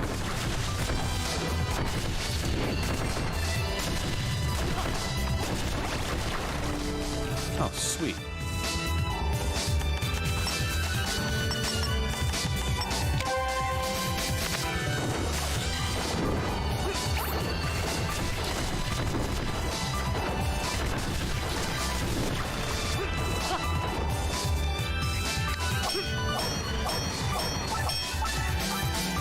Nice.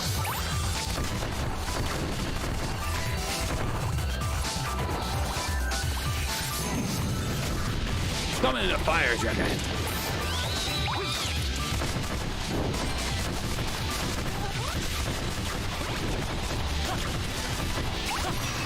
How do I get in there?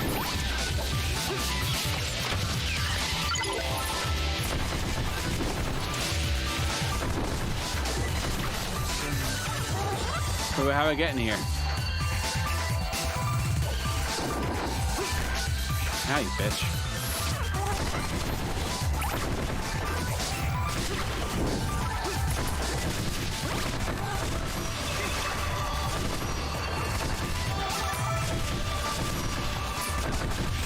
Man, I'm gonna find out next week if I'm on the epic team or not.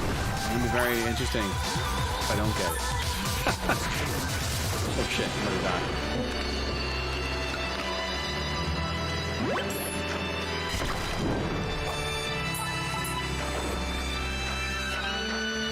How do I get down there now?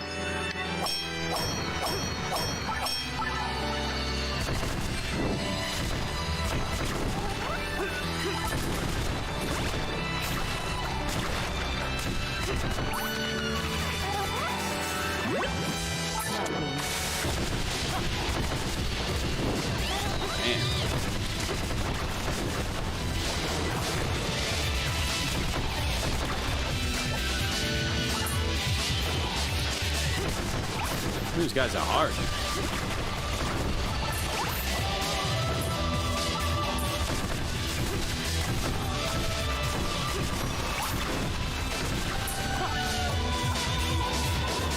I'm really liking it.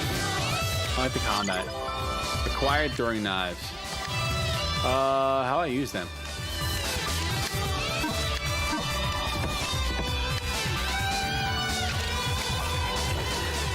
Oh, that's cool.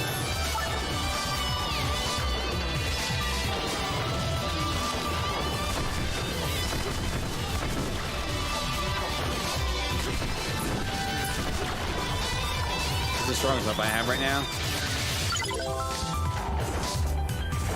Alright, so hold on. Let me go to item.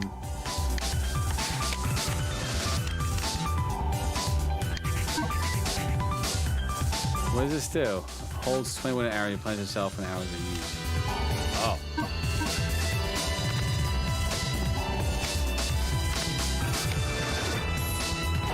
Can I get up there?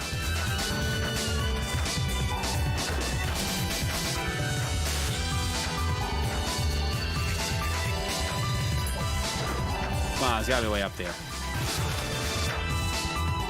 What the fuck?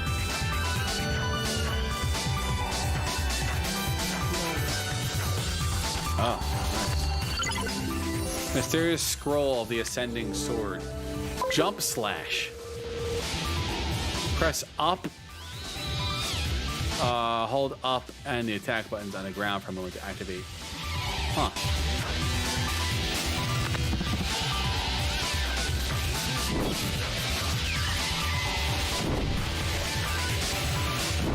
That's cool.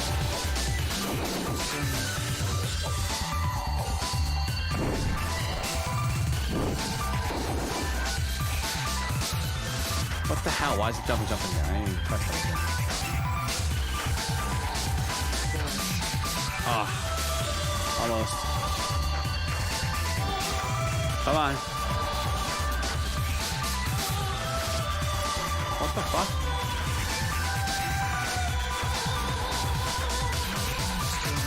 There we go. Some more throwing knives, and now I should be able to do. Oops.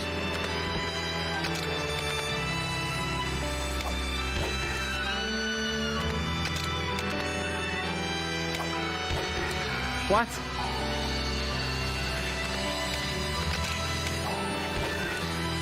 I can't shoot this any other way?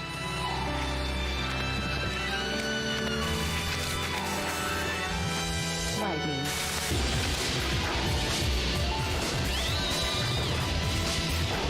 What the fuck opened? Oh, it's up there.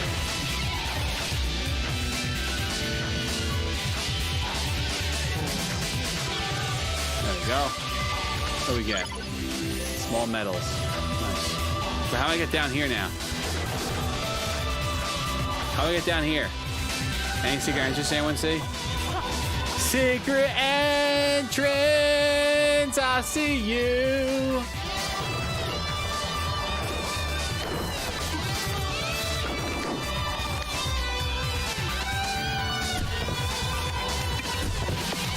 So we're gonna put this. There's one more I had. What a fart are you?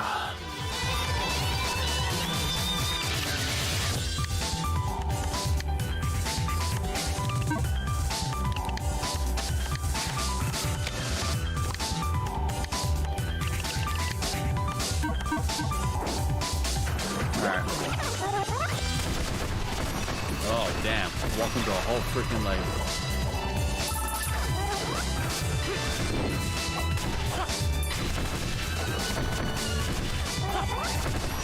let's do this real quick.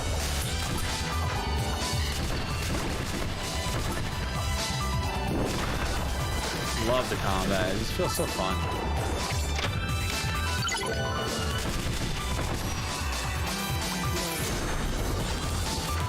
Nice. Oh, what is that? Oh, I can't open this? Oh, that sucks. Looks like a ridiculous chest I want to open, and I can't open it. Wait, hold on. Can I do item, and can I go like a key kit? Decide to do something?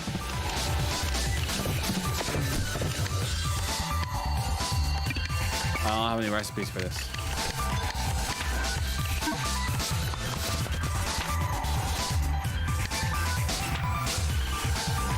Press the attack button.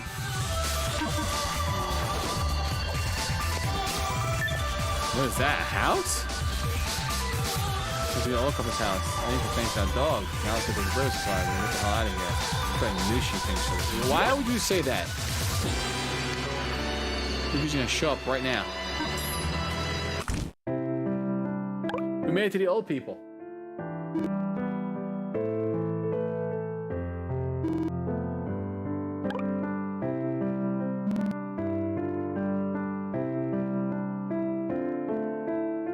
Is someone at the door, honey? Whoop, whoop. Oh, it's a dog. Nice.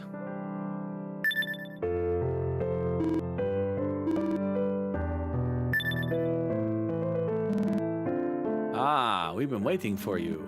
We were starting to think no one was coming this year. Oh, you must have traveled a long way. Honey, fix them some refreshments. Indeed. It can be very dangerous around here. Please sit, have a rest.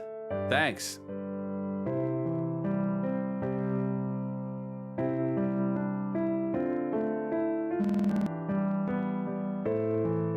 When we survived because of Poland chased away the demon. Look at him. He's adorable, isn't he? He's also very smart. Looks like a wolf. He's been like that ever since we adopted that little critter. Excuse me. I'm gonna learn about the dog now.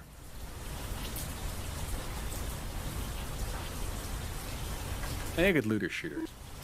I don't know any good looter shooters we can just like play and shoot things together. Any good looter shooter.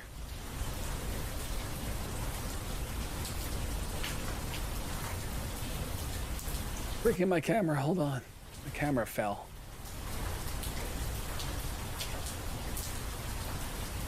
There we go. Better. Yeah, even from that spy, he won't anything I laid out for him. What if he's traumatized by humans? Poor thing. Yeah, humans are dicks sometimes.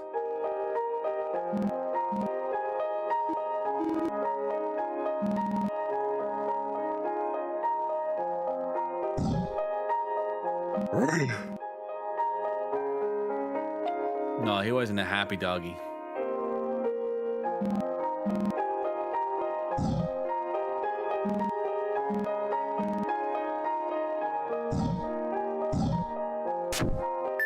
Oh, I bit his hand.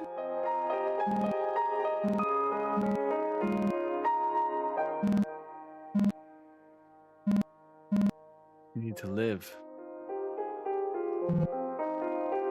Aw.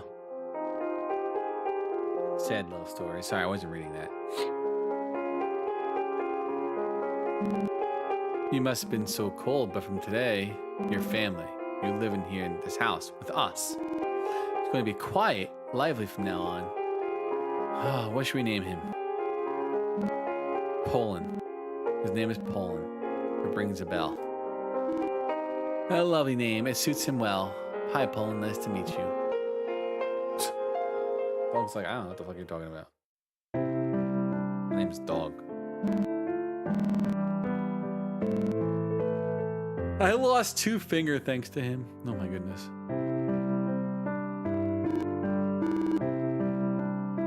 Anyway, he's like a human. He's a very clever boy. Maybe he is a human. Maybe like animals have become humans. Is that possible?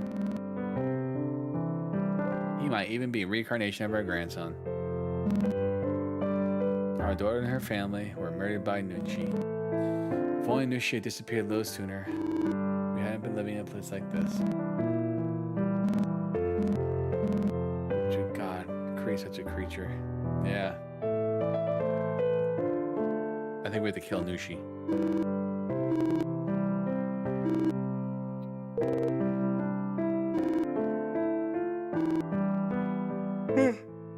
Let's have more tea. Hey, tea.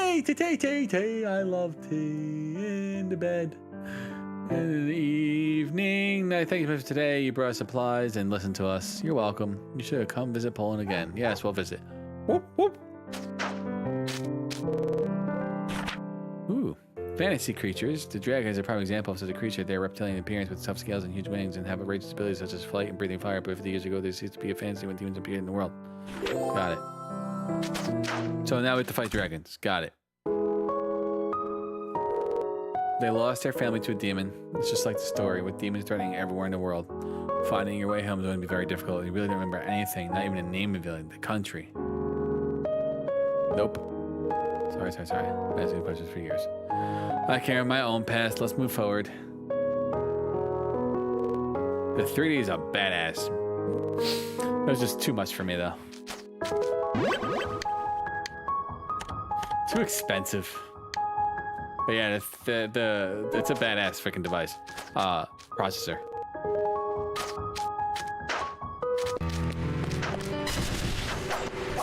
%. I mean, that's really future-proofing your computer. Your computer.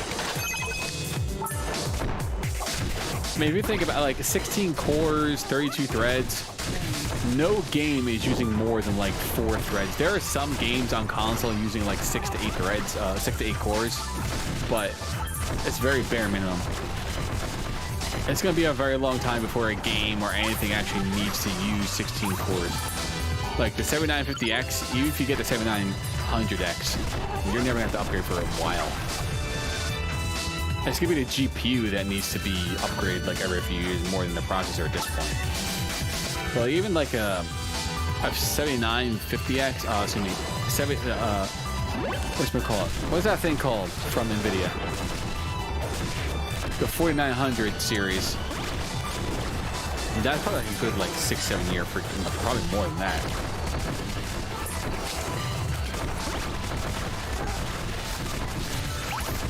I think the CPU is ahead of the, I don't know, GPUs always seem to like be the last thing that needs to be like upgrade. Always need to be upgraded. I got my, well, I'm thinking about, when did I get my GPU? I got my GPU in 2018, right? I think. So 5 years ago. That's what I did. Like, I didn't go for the 3DX, and that's fine. The 7950X 3D, it was just too much money. So 7950X is like a good point, and nothing is gonna use that much. No game will ever take advantage of that for a long time. No game is gonna take advantage of 16 cores. It's just not gonna happen.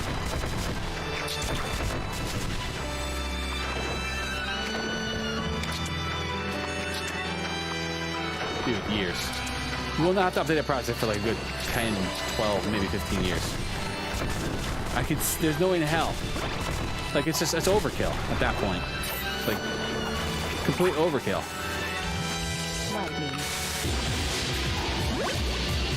What does it boost to? Like, my processor, but the 7950X boosts, it's a 4.7 gigahertz processor. It boosts to 5.49. So, I like, coming down to, like, you know, processing power, I don't seem to even have to upgrade for quite a while.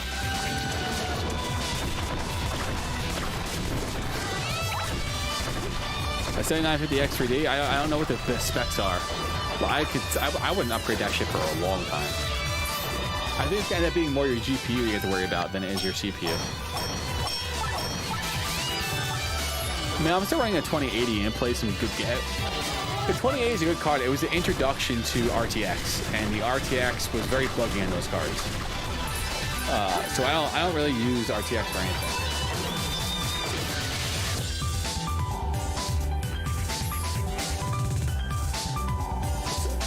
So it's only boosting 0.3 more in terms of the, and that's why I think that's why I didn't buy it. I remember looking at this. It's 16 core, 32 threads, but it's boosting only to 5.7 gigahertz. For how much more? I don't think it's worth the price. Now, if you told me it was boosting to 6.5 gigahertz, I would say buy it.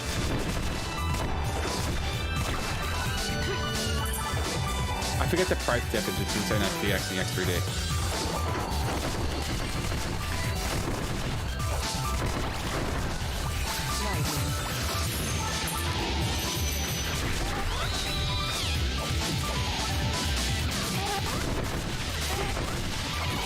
What's the base clock for? What's the base clock for the 7950X 3D?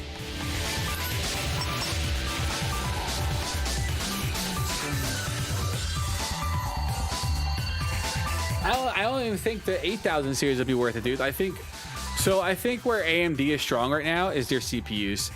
They're 100% lacking in their GPUs. I mean, not too lacking in GPUs. Their GPUs are good. I just think they're not as good as NVIDIA in support. But their 7950X are a powerful card. Their 7900 series are a powerful card. I'm running the 7950X right now. I won't need to upgrade for quite a while. I will do a GPU soon. The 7950X 3D, I think it's overkill, to be quite honest. It's not boosting anything special. Let's take a look at this.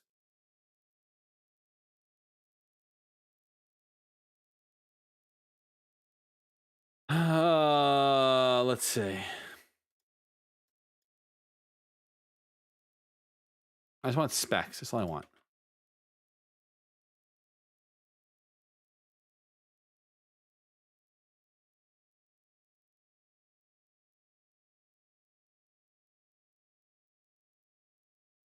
So it's going to be the base clock is still need to be determined. and it'll probably be $100 more. If they can, oh, you gave me the 7950X. This is the one I'm running, right here. If they can give the base clock closer to 5 gigabytes and then boost it to like 6.2, 6.3 for only $100 more, I would buy it. If they can give me closer to 5 gig base clock with almost a 6 gigahertz boost, definitely a 6 gigahertz boost for $100 more, I would buy it.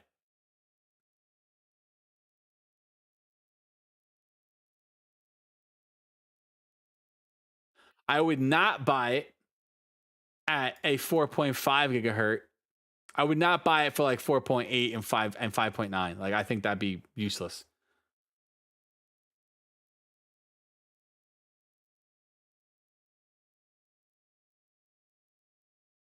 Yeah, I mean the 3D is always a step up. Like this is like the top. This is top of the line where you're really like these two right here. You're gonna future. You're gonna completely future proof your PC. Like even right here, the AMD Ryzen 9 7900X. Like you're in a good spot. You don't have to do anything crazy. No, you're good, dude.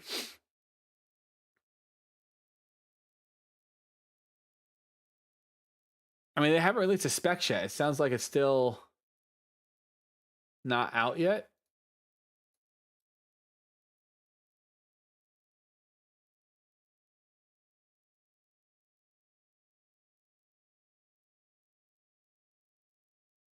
I mean, I don't know. All I know is if that okay move clock, you find a clock for if the 5950X3 if the 7950X 3D comes out, and it's still the same frequency, I wouldn't touch it.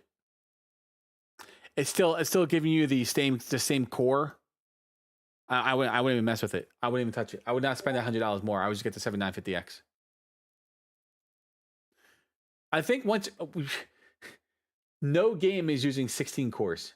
You're lucky if a game uses anywhere between 4 and 8 cores on a good day. Most games probably use about 4 core. So you have to look at console game. So every game is built around consoles, right? So games are going to be using whatever the consoles they're using. So if consoles are using 8 cores, that's what they're going to use on a PC. If games are using 4 core, that's what you use on PC. Having those extra like 8 cores on your PC or 12 cores on your PC are great, but they're not. Your game's never going to take advantage of them. Where it's going to take advantage is when you're doing your workstation work, video editing, programming, anything that's going to really take advantage of is multi-core. Most games are also a single core, and that's where Intel outperforms AMD is because it's a single core. So it really depends. I mean, 7950X, you're going to be fucking banging forever. The 7900 XT isn't a bad card. The problem with AMD, what I have with their video cards is that they don't innovate, they react. I think someone said that in chat the other day in Discord. I 100% agree with them.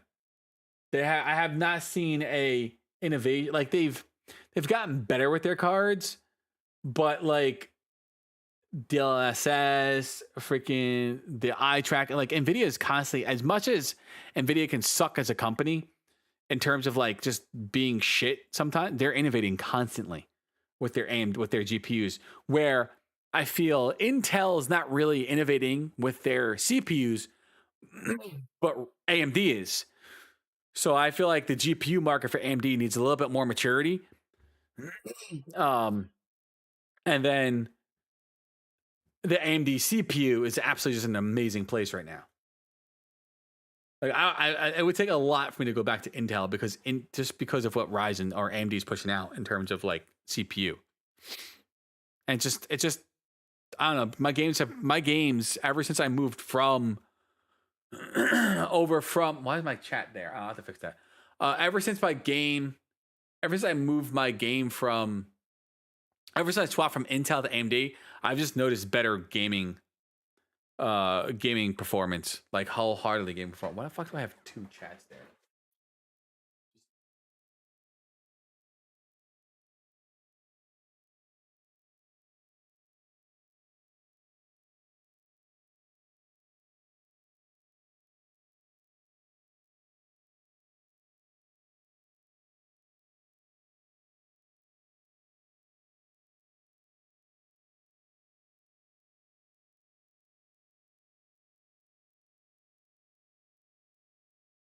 Okay. Who makes high-end products for NVIDIA?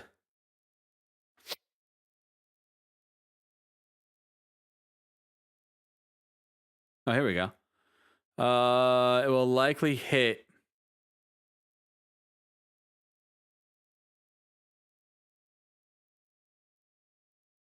This is a 3D. Oh yeah. Yeah. So here you go. The 3D up to 5.7 gigahertz. So it's 0.3 faster than my 7950X. I don't know if that's worth it. I don't think that's worth it at all.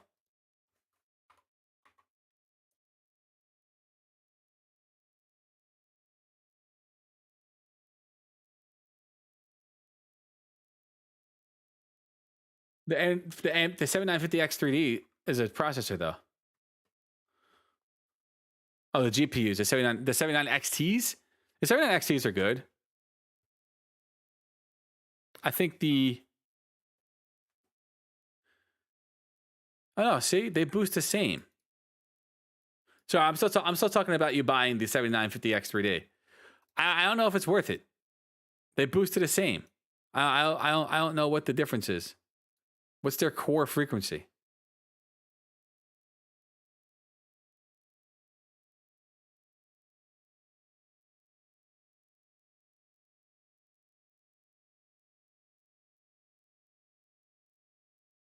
Hmm.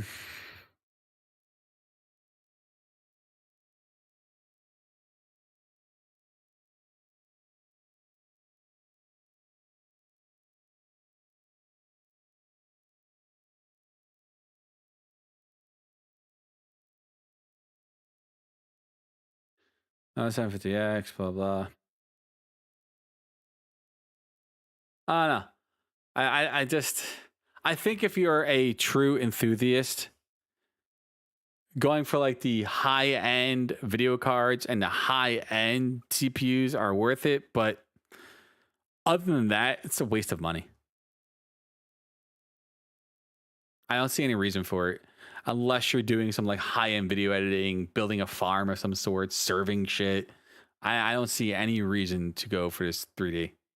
I think it's just overkill, and I don't see much of a difference between the X3D and the normal one. For $100 more, unless they're pushing to the 6 gigahertz at boost.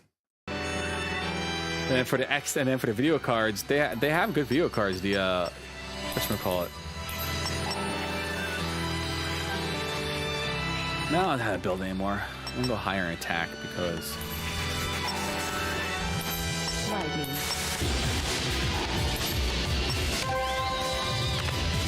I think I need to.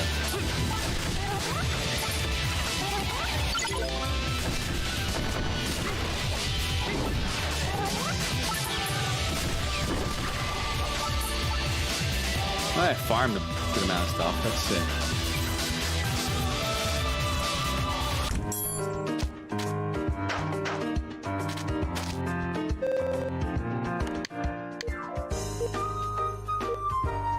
Damn, I still need that freaking. I still need bronze. I don't have any bronze. Wait, can I synthesize anything?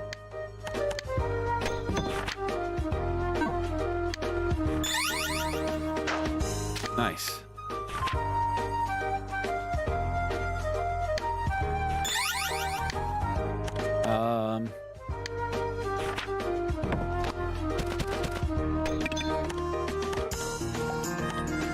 Can I synthesize something to make bronze, like stone or copper?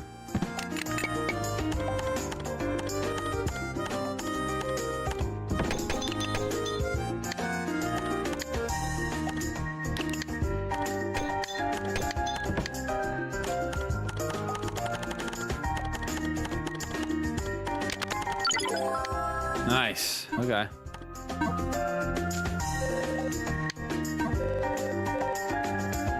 Guard invalidates normal 500% while blocking. Did you know that? No, I didn't.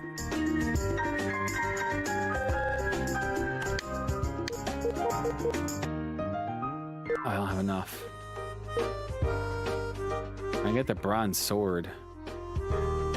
It's better than I'm wearing right now.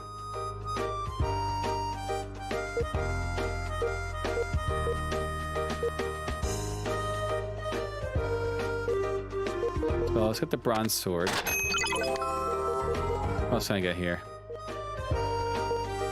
Kite shield. We'll get the sanction.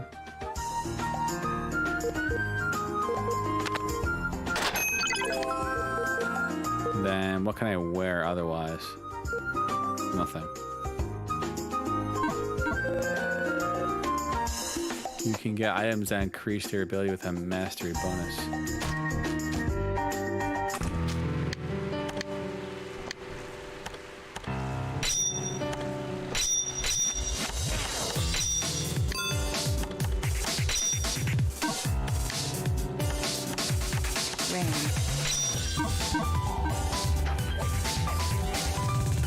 That's cool.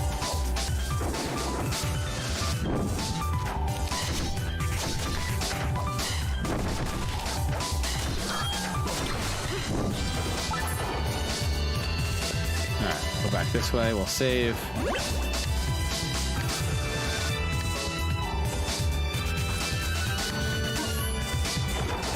I'm gonna level up a little more.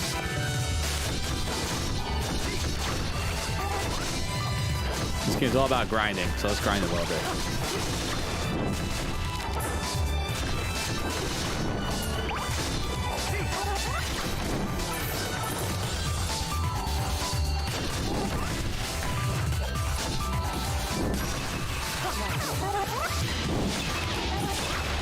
I want to also get the mastery open for this real quick.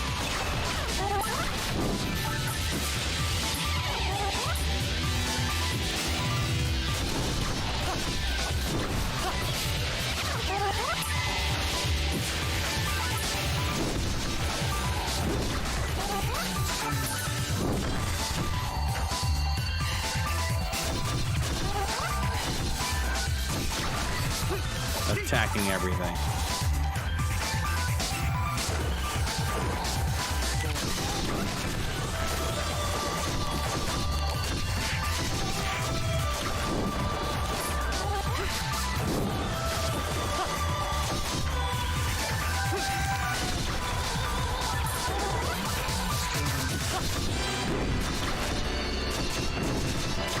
I like that. I like that uppercut attack. It's really nice.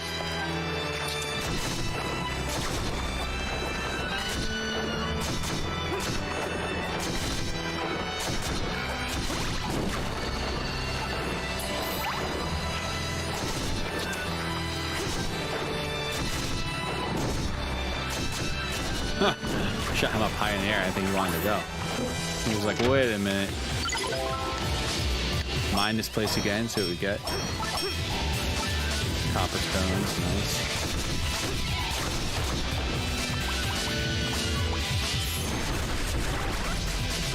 Damn.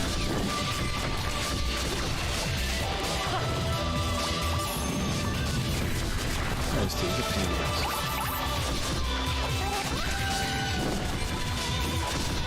Smacking everything up.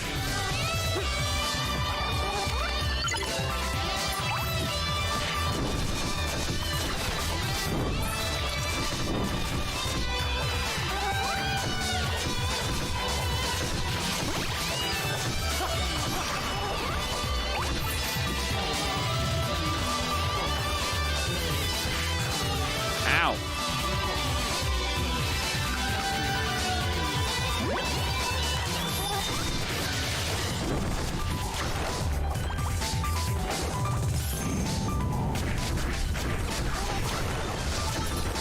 You're dead now, bitches.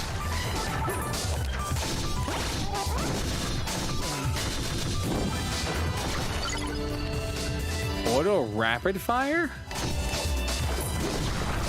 What does that do? Let's find out.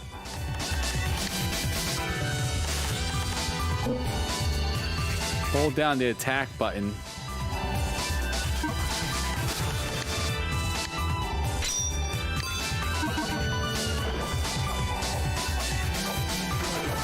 That's cool. I think it cancels out my, oh, it doesn't.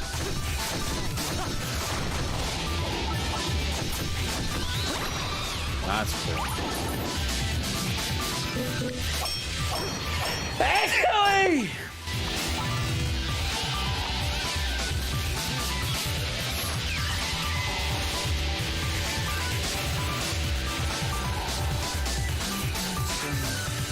About Twitch support?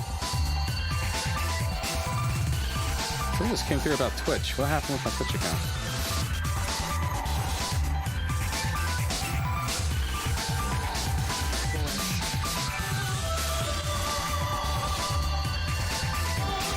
Okay, that was weird.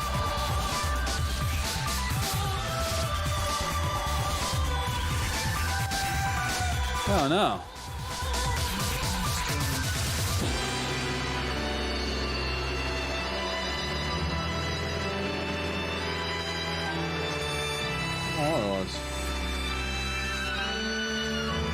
I thought it was something that said, like, you know.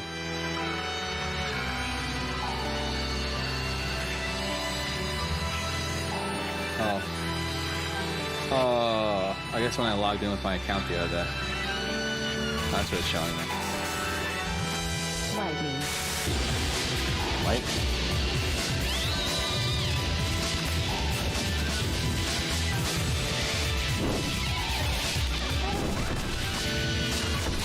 Man, how do I get down there?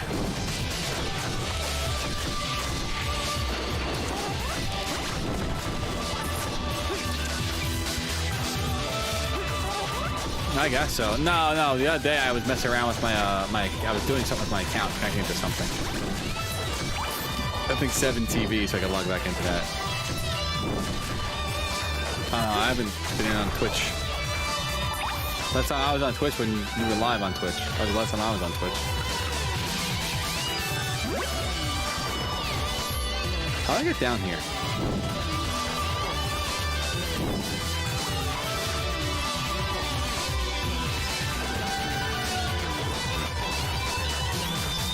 Probably can't yet.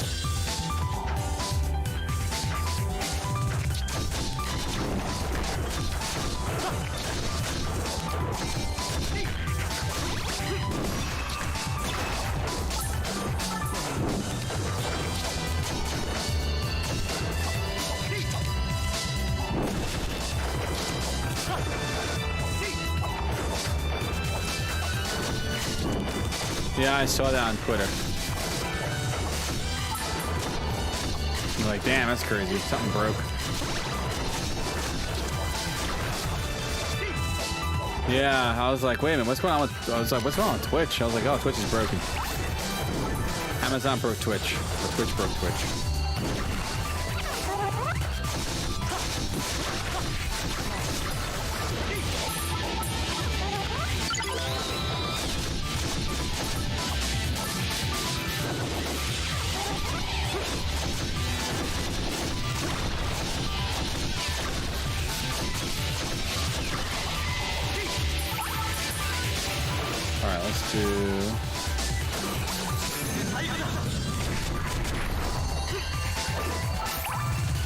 Damn it, I have no silver shit either.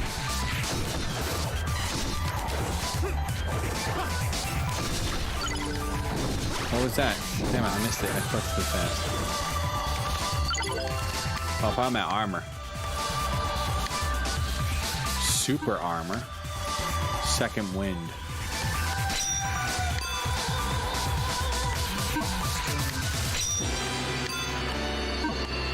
Now let's go to Karan and see what second wind does.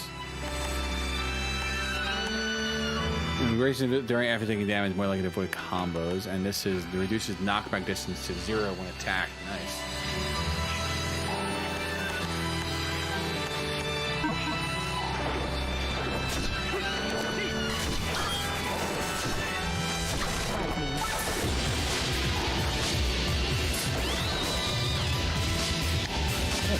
Or something.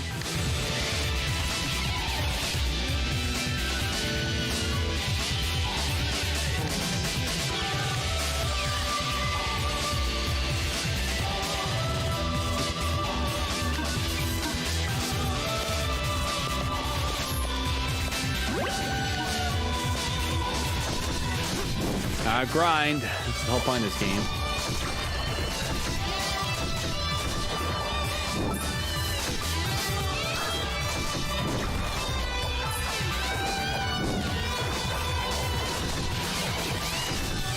Flash everything dead. That's what we're gonna do.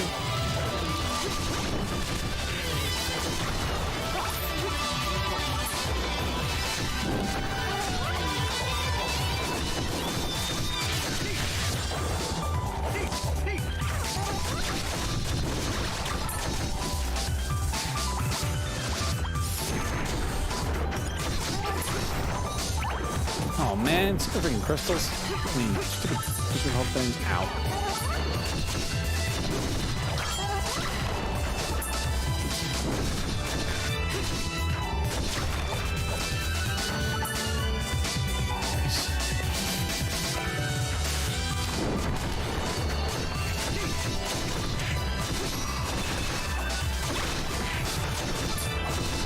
Well, I think it's up with purchases. That's hilarious. It looks like at least Twitch could make money still.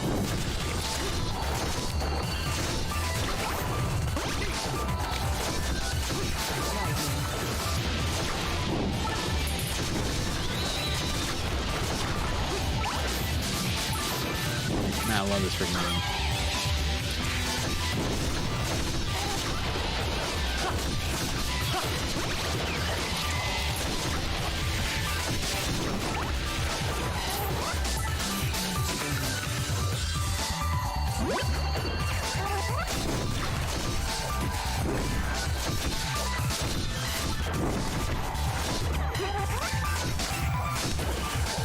Oh, it is maxed out. Well, how do I max this out?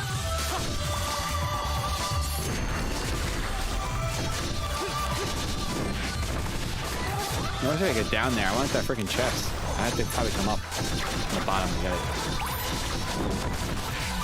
Nah, I wish I had silver freaking keys so I can unlock these damn chests.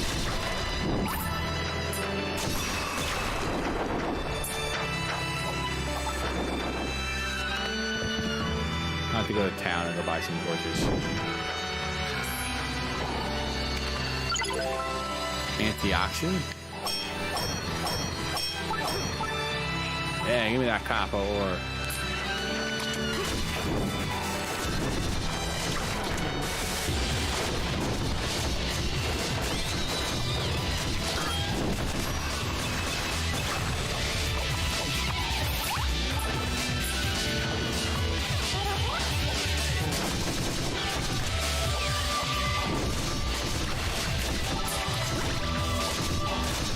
Got your damn froggies. Those froggies supposed to be nice. You're like these evil little things in this game.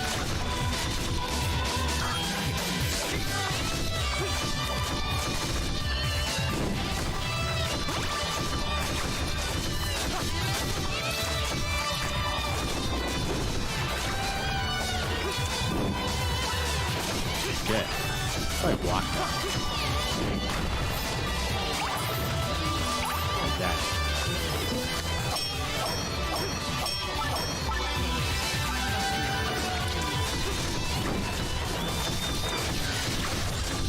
I'm not hitting hard enough.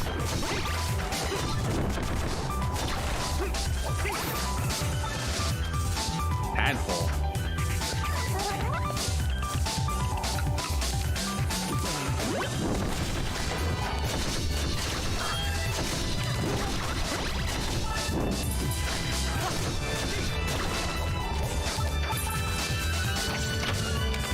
I wish these freaking bronze chests would give me like a silver chest. That'd be great for silver cannon.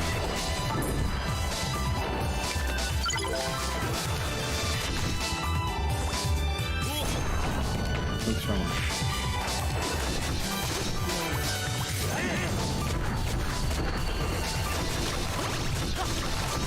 The higher ST, the more damage and stuff it does.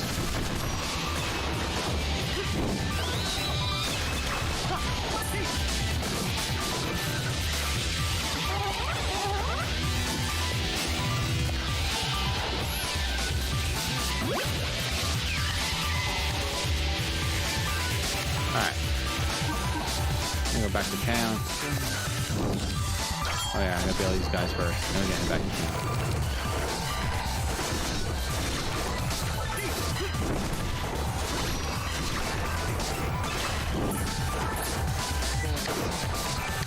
What do I look like with power here?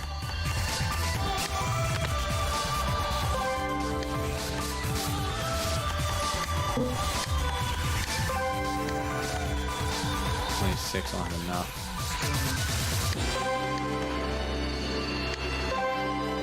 Moonlight. Nice. How's the next way I'm going? Down this way, I did all this.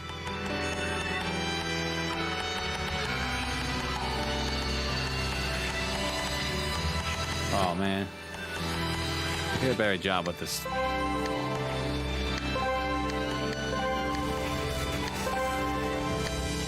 Speed skill levels and upgrade.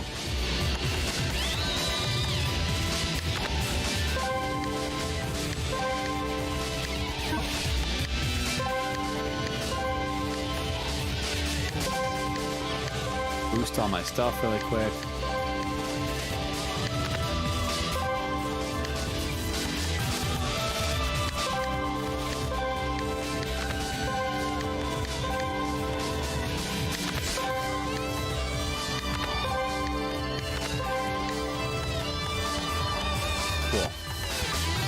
I brought him up to 300 HP, and I think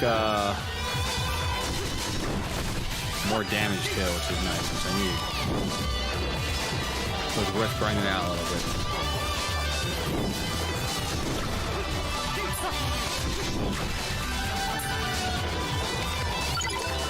Ooh, there's a different beam mode. Looks like it's bronze. If I can craft my own keys, I just need dog again.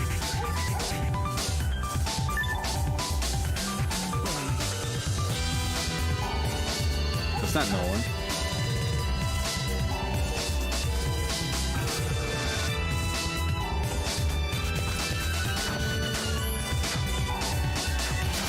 Did something happen? Oh, we're gonna have to fight freaking.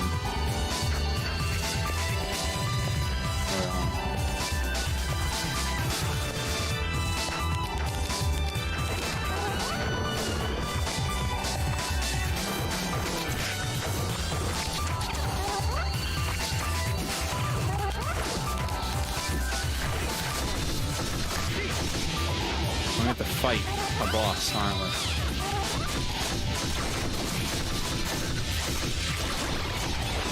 Watch.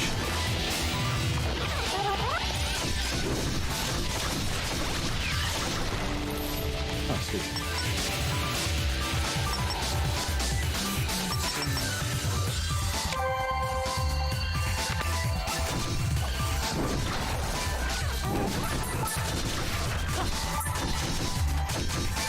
I wish I had like a better. I mean, I like the weapon, but I feel like the hammer was still better.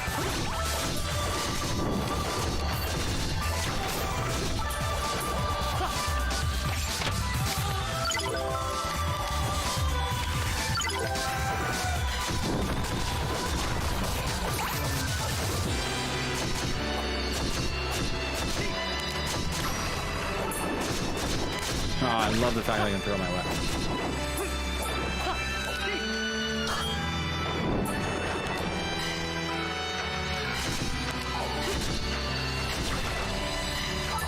So much fun.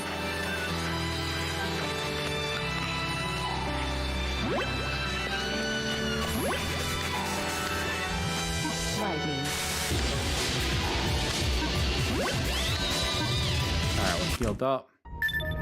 What happened? She's dead?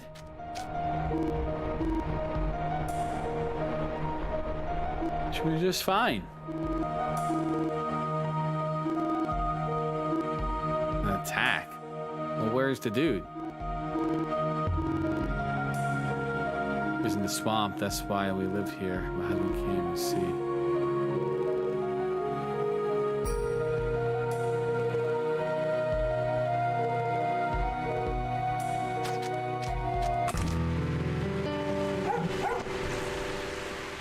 How do I like the dog's not Nushin?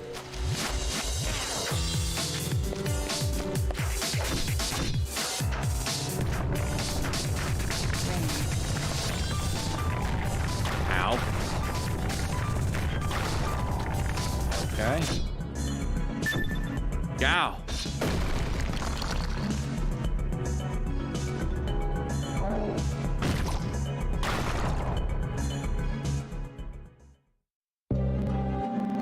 I got them all.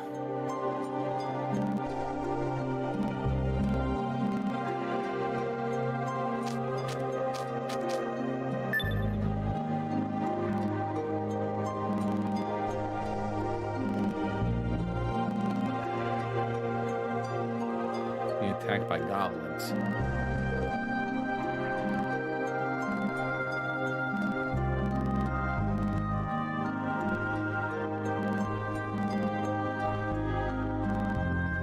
I come here often. There are usually goblins. You can't wait for that condition. Bright red berry. You'll know it when you see it. I love red berries. Man, be nice to the old guy. He's a nice little old man.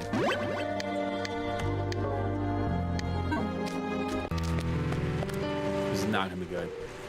What about goblins? According to the story I read, they're rare among demons. Have comparable intelligence to humans, but they're evil, cruel, and utterly merciless. They enjoy keeping humans in agony, torturing them, pushing them alive. Rain. And due to the metaphoric intelligence, they're always hatching terrible plots and schemes. Their very presence here suggests it will cover them in a lot of danger. The hell? Oh, it's a Goblin King.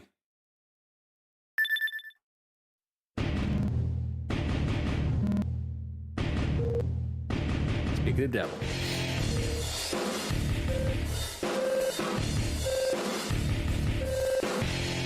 Turn it into meatballs for like air. God, don't ever come back and he's dead.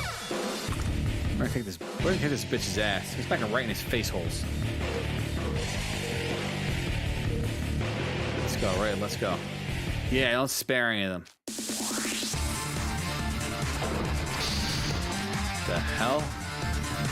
Oh, we have to fight everyone.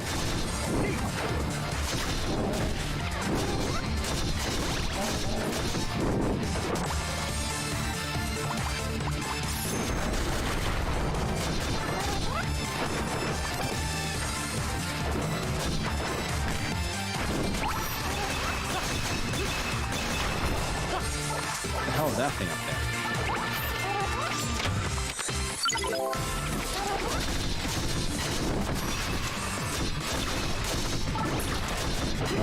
Okay. Is this a bad guy?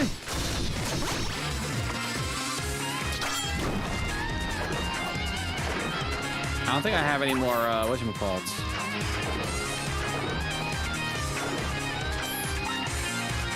Go. I have no more keys.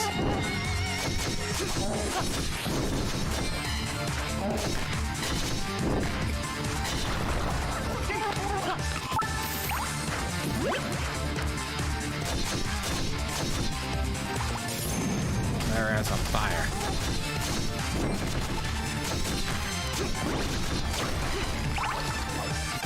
Cool. We got them all. Well done. The old couple should be safe now. We gotta find the Goblin King, though. Fruit of a Wander Drug. Sweet. We got it. We win! We beat the game! We win! Hooray! We win!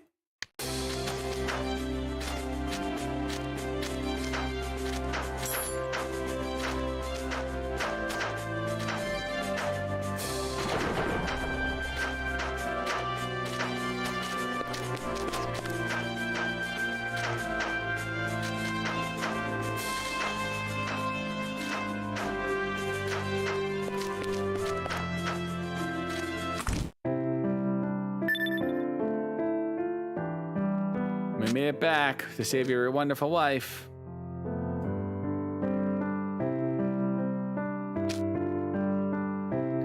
Oh, look at that. She's all healed in like in 20 seconds.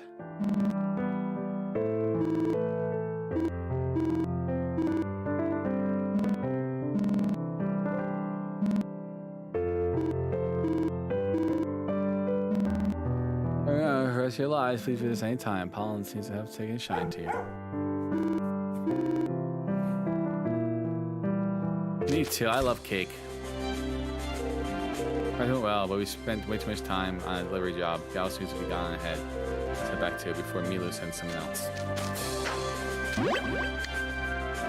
Excuse me.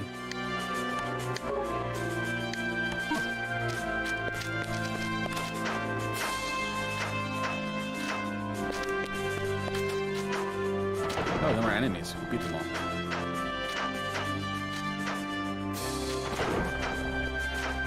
Interesting.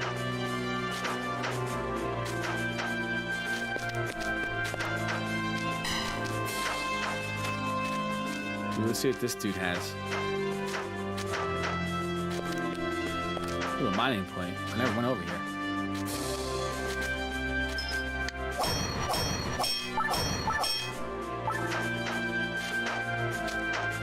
what is that? I think I can jump up with this. Oh, sweet.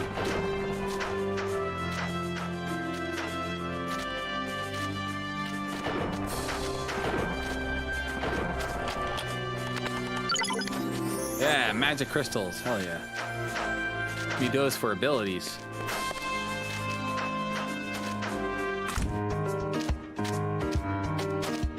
Alright, what do you got?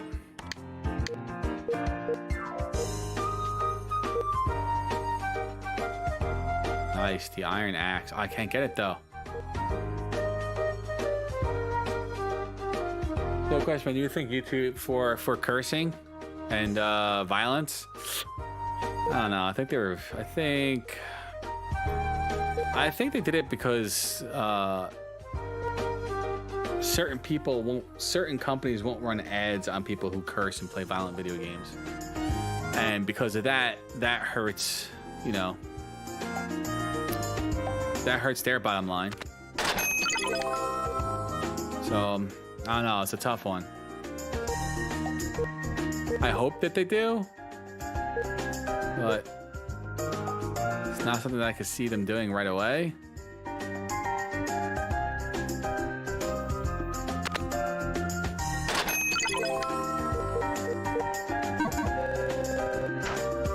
Oh, I didn't read that. Oh well.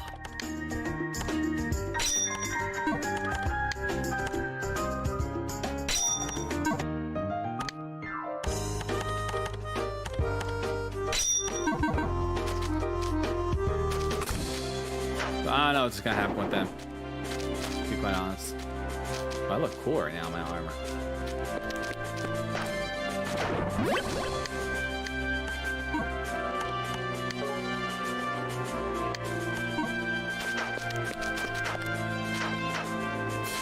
I just think it's a little silly.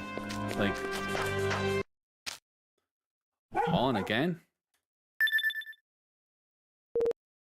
Oh.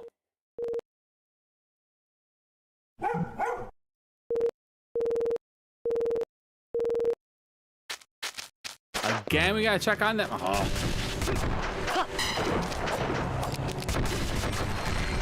And hammers in this game do a lot of damage. More than swords. Ring. So.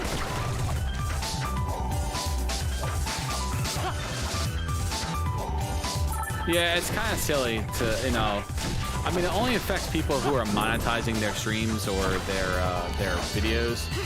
Like, you and me right now, it doesn't matter if we're not monetizing, but overall, it's just a stupid ass freaking decision. Like, I think one of my biggest problems, I like the YouTube platform. I like, you know, just the discoverability and everything about it. But I think my biggest problem is there's a lot of censorship on it.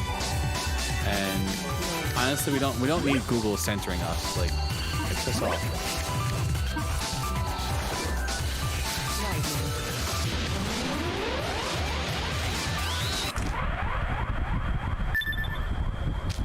Telling you, that's the freaking wolf. That's the bad guy.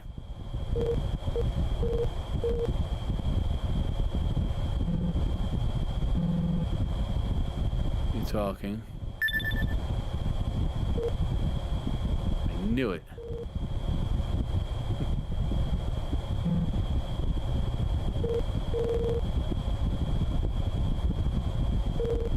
Why I'm a bird or why I can talk? I don't know anything.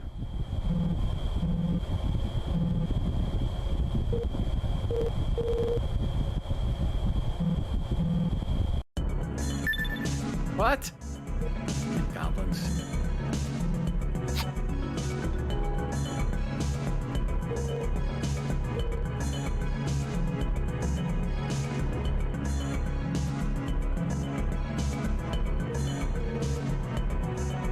Yeah, they're in big trouble if the goblins help them. Exactly. As you can see, I'm no ship to fight goblins. If you could, would you help me rescue them? Yes. Yes. I mean, you can't fight.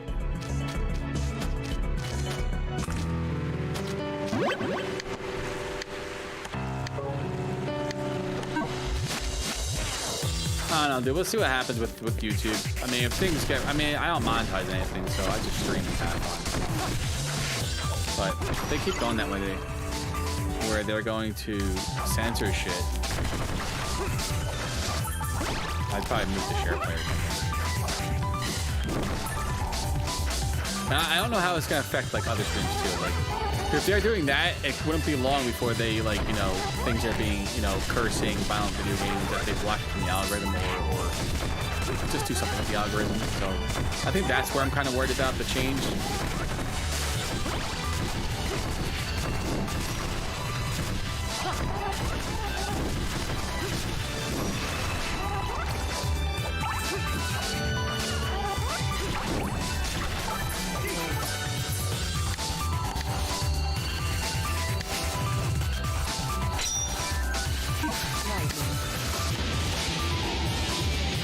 That do? Aaron? Message from the spirit world? Show available possession spirit. Right.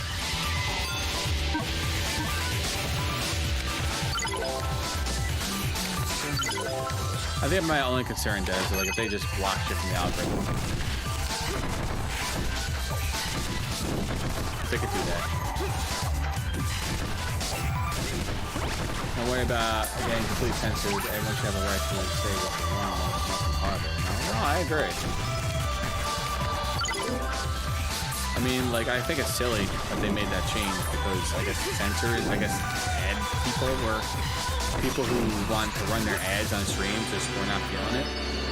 I mean, it affects mainly gaming creators in the long run. And it's like destroyed YouTube gaming in like a way because games are violent. It's freaking honest. They just are. Who cares? So are videos. So are movies.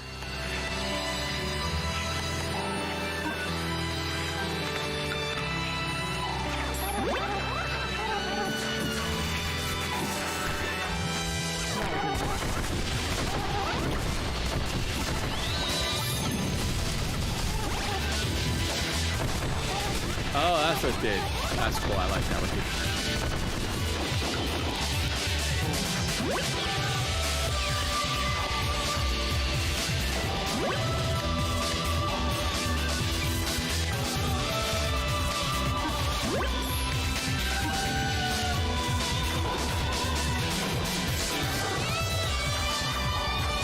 I'll see what this guy's here. What do you got for me?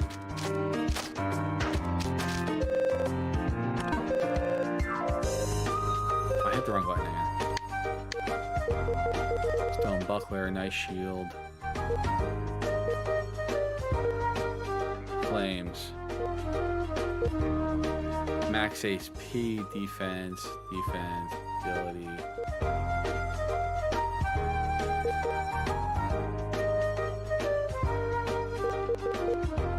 Enter close. Damn, so I got that freaking iron axe. I really want the iron axe. Got a lot of power.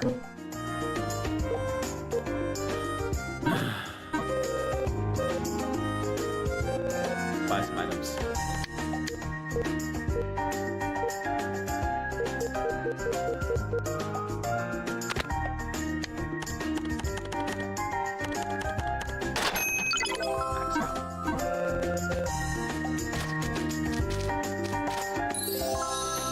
Let's drop.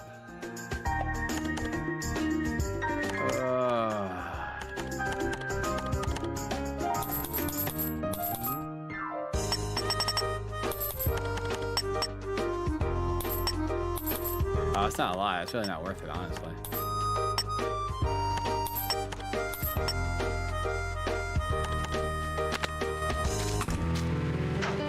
All right, let's go. This is it. Oh. Yeah, I don't know. YouTube's, I don't know what the hell. You know what it is? It's just large companies being stupid, honestly. And it's always about the money. Like, it's always about the money. There's a square recess in the middle of the wall. There appears to be no way of opening it. I wonder, does it need a key?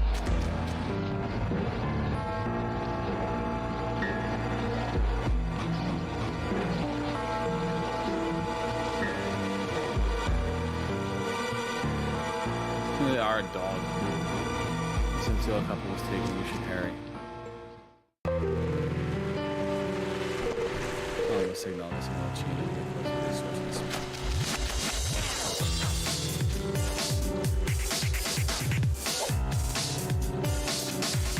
Rain.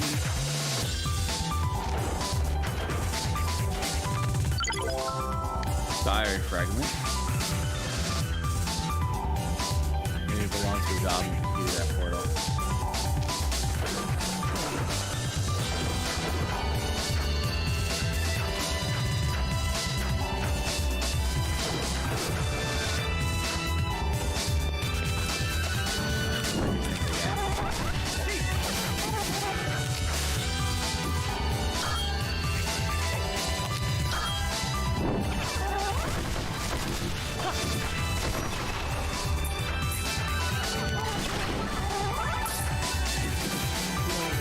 Keys. Oh.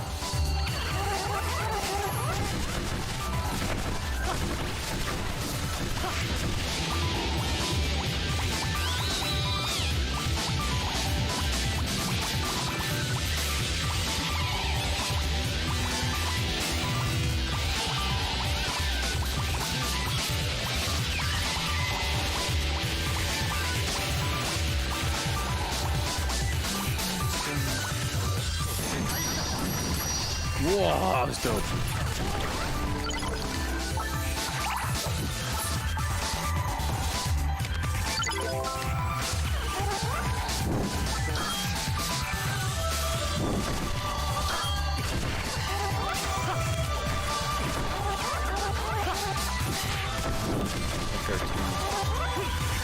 I like level up a little more. Or if I just freaking goblin.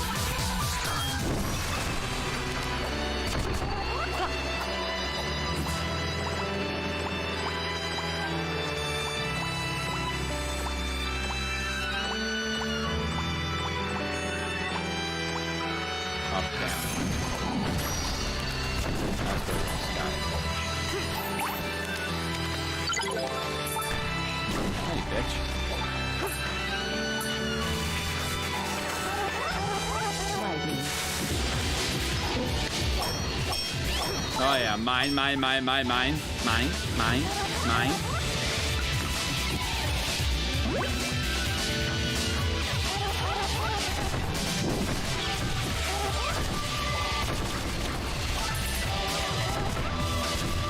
Sorry, frame rate dropping out. What?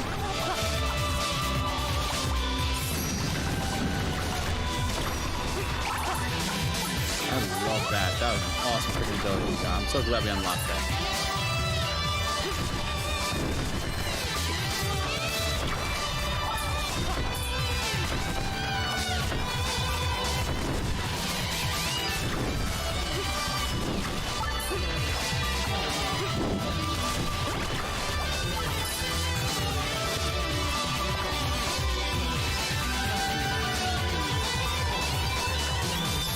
From there, that popped up right when I'm fighting everything, so I'm not sure there's something popping up.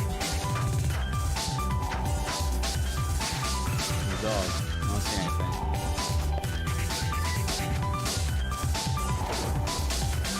Okay. So I make sure.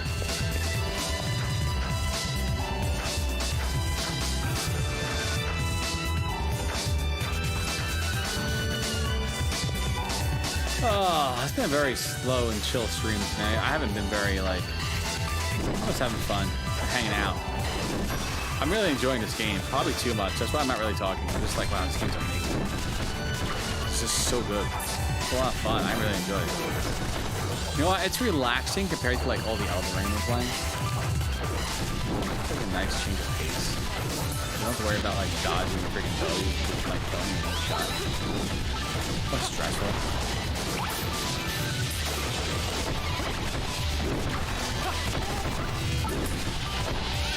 2030. I forget about those games by the time they come out. I think that's the problem with gaming, to be quite honest. I think there's such high expectations that each game has to be the next fucking blockbuster. It's like games are taking too long to be built, to be made.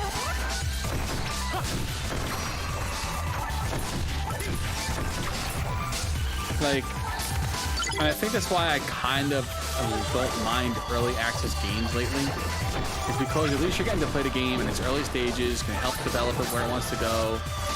You know, I think that's okay.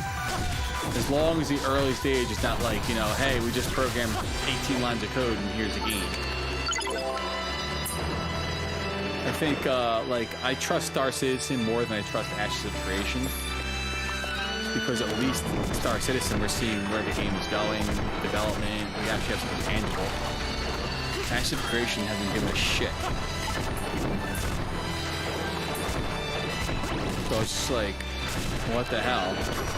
Then you have these other games, like these AAA games, that are not going to see anything until 2030? 7 years from now. That's ridiculous.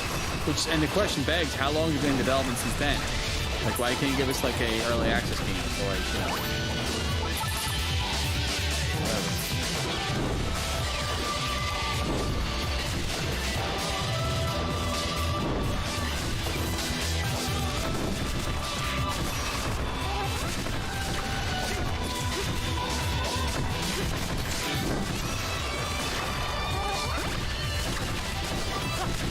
Yeah, but I like. There are many early access games I own that are really good. Yeah, they have bugs and crap. Heron's nose.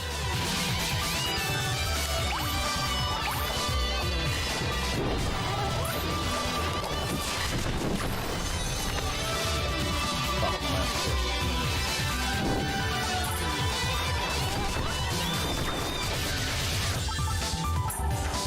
I think if you're willing to buy it as early access, you're accepting the fact that there's gonna be bugs.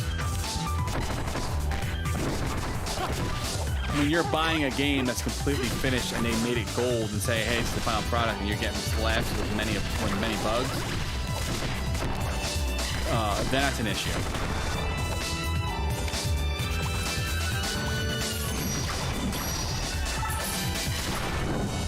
So like early access games, certain ones I don't mind.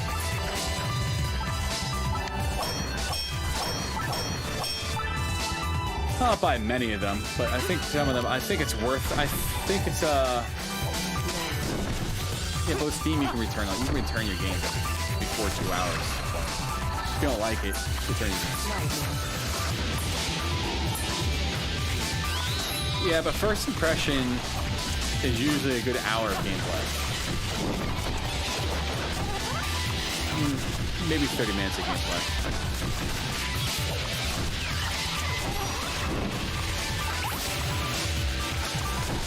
Depends on the game, I guess, too.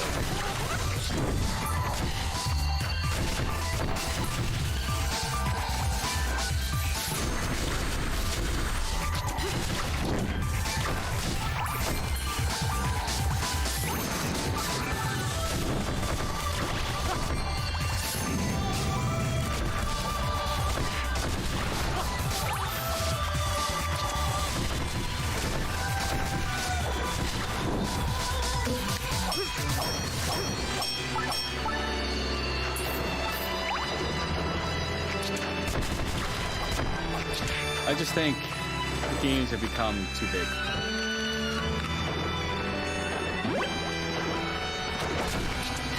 I think people, not all people, but I think people expect all games to be on the level of like God of War games. I think we set the bar for gaming too high. Because not every game needs to be a God of War game. Why does it need to be that? Not every game needs to be Elden Ring. And look what I'm playing. This game's freaking amazing. Very basic 2D RPG with some great systems. Doesn't require all the freaking crazy ass freaking graphics and over the top freaking voice acting and all that nonsense. Sometimes I think gaming just needs to go back to its basics. AAA gaming, if besides like From Software, it's not in Final Fantasy, I don't know, I don't really have much love for AAA gaming. I'm finding more joy in indie games. And there are a few like AAA games, like the Star Wars Fallen Order is great. I'm not saying it's bad, but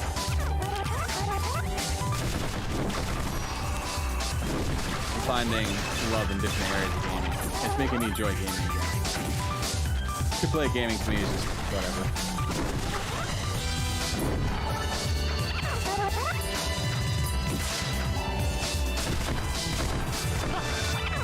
Roll squad gaming is fine. No, I think that's what gaming should be, but that's what I'm saying. Like, a game can be a game that takes 2 years to produce and not 7. That has a great story. That has tons of replayability. It doesn't need to be a 12-year game in development. I just find it to be ridiculous sometimes.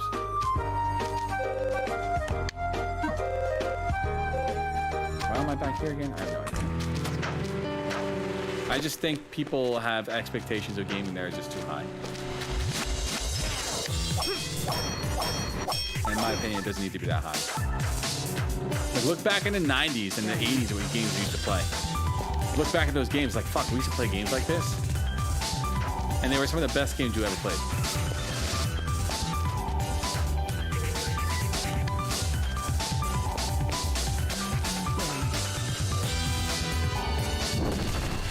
And that's an issue. Like, I'll be honest, like, totally forgot about Fallout.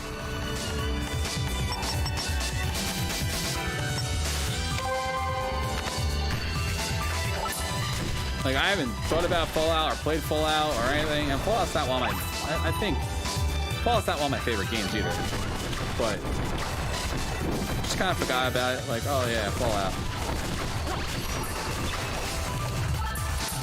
Like, even Elder Scrolls 6, it's like, alright, whatever.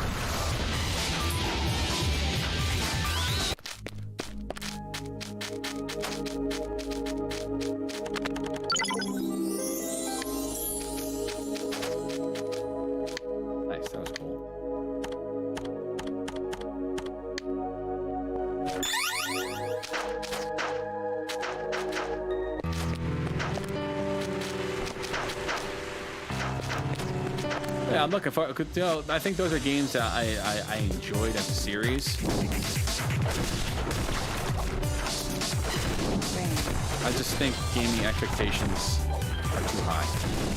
Like, I will accept Elder Scrolls if it comes out just as buggy as Skyrim did. Like, I'm okay with that. The Skyrim was an absolutely amazing game, as buggy as shit as it was. I'll take it.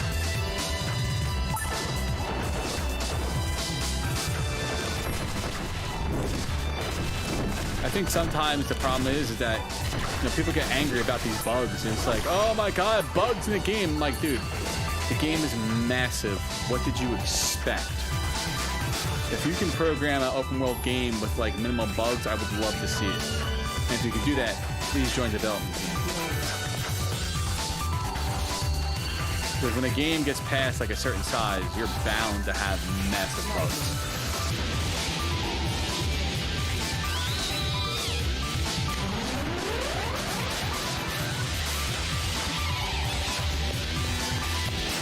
And then it's up to the, you know, development team to clean it up.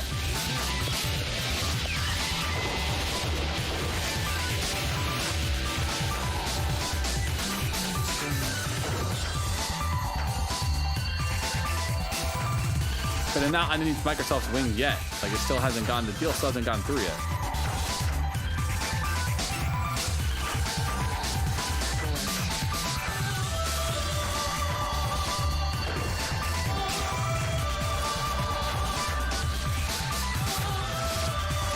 I mean, I think you have to expect bugs from any game. Elden Ring had tons of freaking bugs.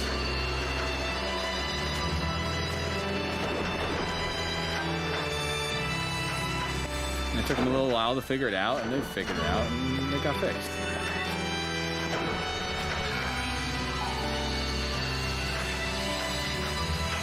But I just think when games get too big, there's so many bugs, and then people expect like games to come out with like I don't know. I just gaming expectations too high.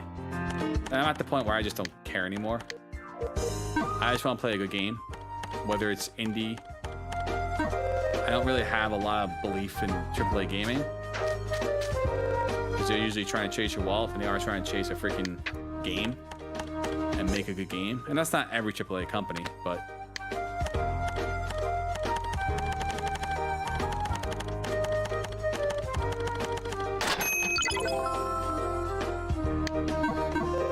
yeah, I like it. AAA gaming. It's just, you know, a lot of companies rub me the wrong way. You know, Blizzard took a long time to regain my trust. EA's getting there, but I wouldn't trust EA with feeding my children. Rain.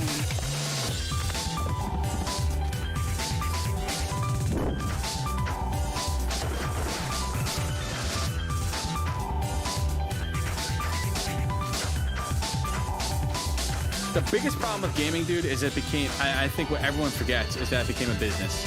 It's no longer a passion project, unless you're an indie developer. If you're AAA gaming, your investors and your managers have a goal, and their common goal is to make money. And people just seem to forget that. And I think once you can accept that, it's like, okay, yeah, that's why we have so many fucking loot boxes.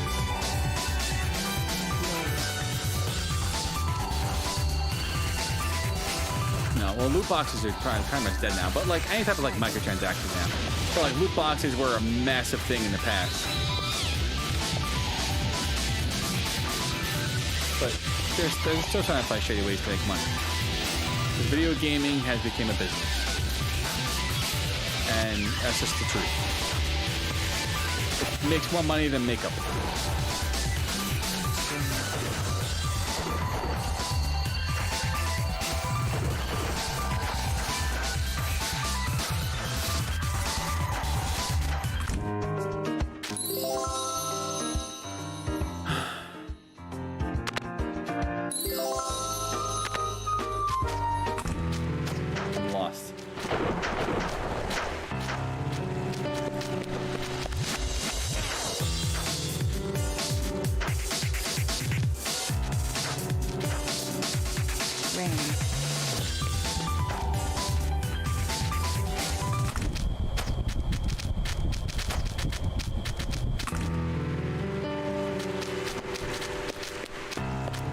Yeah, I don't mind cosmetics either, but then you look at games like Elder Scrolls Online, where they're in a bad place because they're so focused on the store than they are the actual content. Content has slowed down. The community's not happy with all their changes. Like Elder Scrolls is not a good place. That game's not in a good place. It's a fun game, and you can go back for all the content, but overall, they're so focused on the store than they are the actual real content they're putting out. So MTX is great if it's used in the right, if you're using the right way. Where you look at Final Fantasy 14, and microtransactions are just a subset of what you can buy in the game. You know, they're all cosmetical bullshit. What was that? But they're not affecting anything in any way.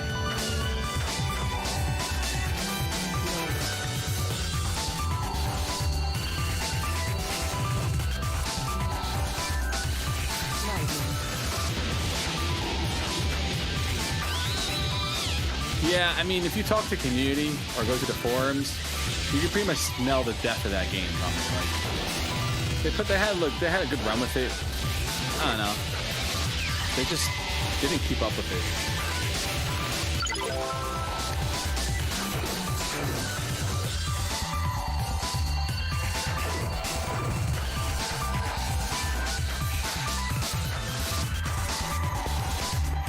And then you look at like Guild Wars 2. Where that game thrives, and they have a store too, but they put content out. Well, that's not true either. Their content has been pretty lacking too as well. Oh, excuse me. They've also had a very small team and lots of bullshit going on with that team.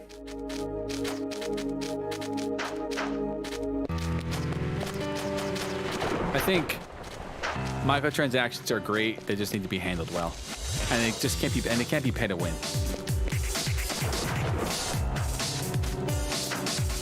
Rain.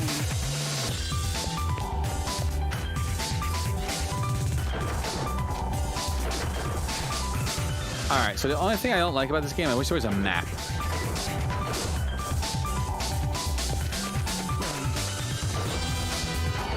Just kind of see where I've been.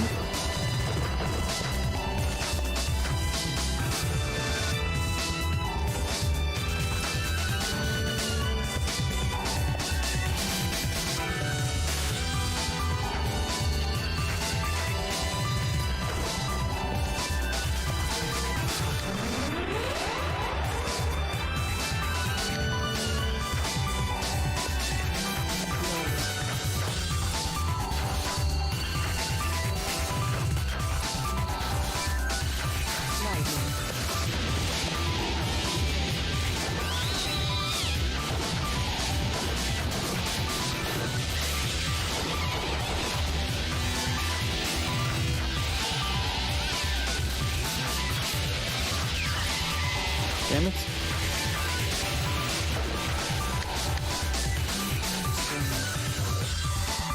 Piece of stone broken by the goblin. That's cool. I wonder what they're talking about. Probably the 7950X 3D. Alright. I'm probably gonna end the stream here about 15 minutes anyway. You in here? Check in here, right?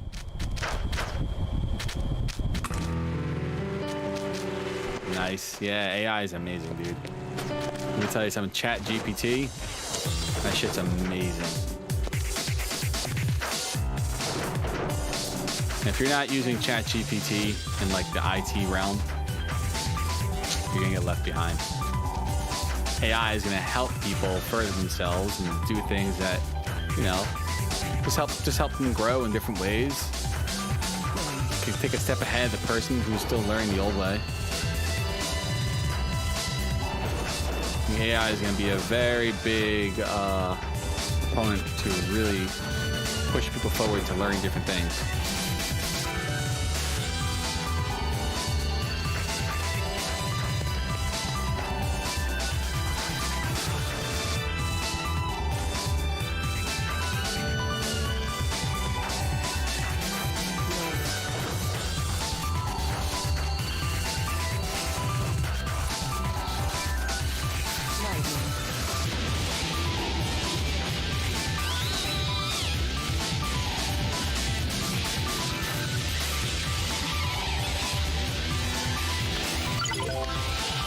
Got it. 7040? Oh, it's below the 7050. That's cool.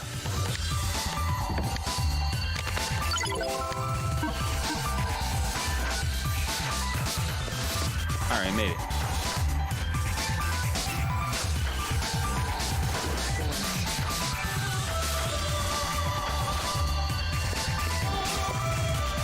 Ultra thin. Wow.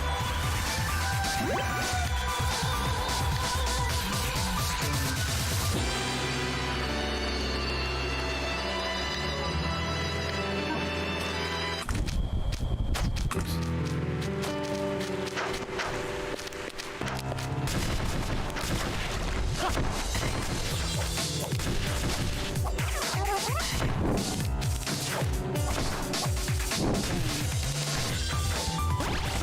I'm not a big fan of ultra thin laptops.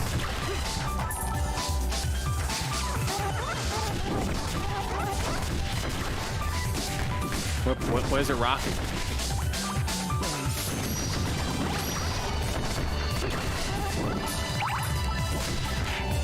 I think they're too thin.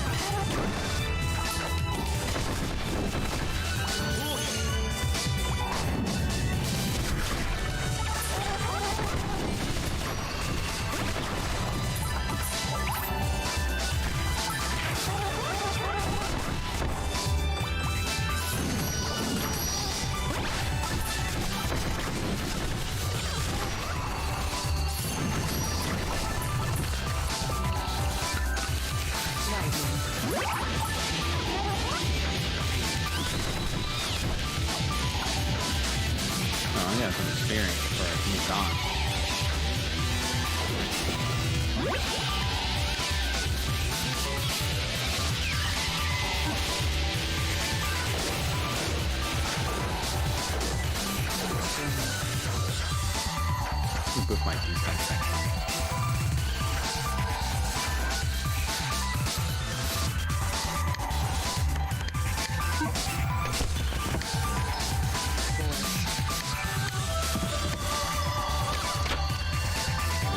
Nice.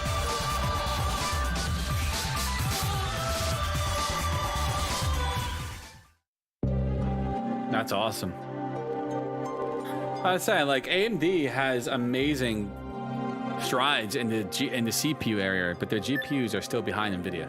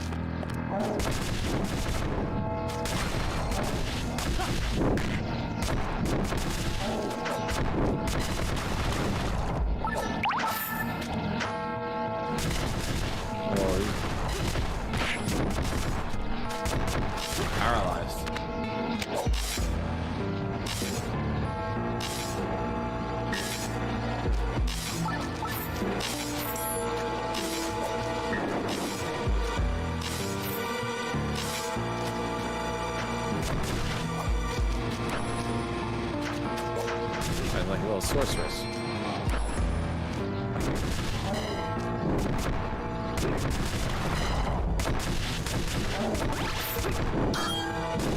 Yeah, I'm gonna put a bunch of freaking. What's the call?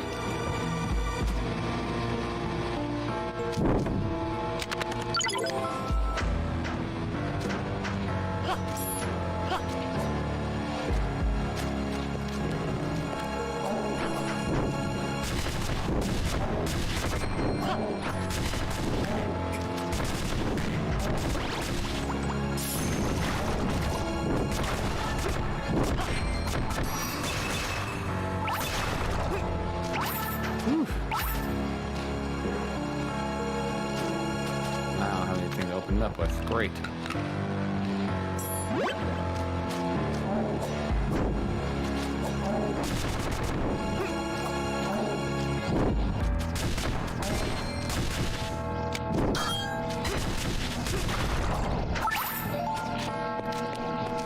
Oh, what does that mean?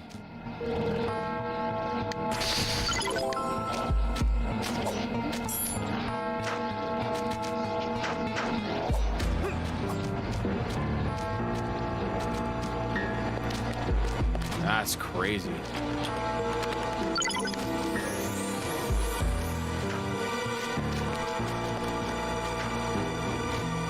All right, I think I'm gonna save here.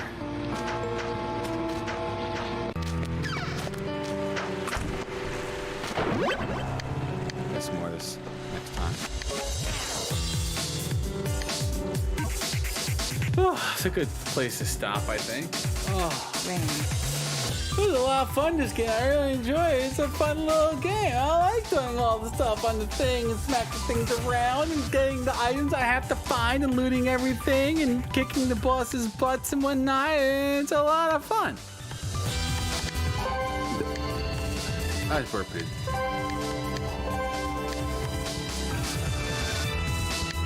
It's very chill. I think that's why I like it. I'm not stressed to like the max, you know? I love Elden Ring, but sometimes it's like, oh god. It's so stressful.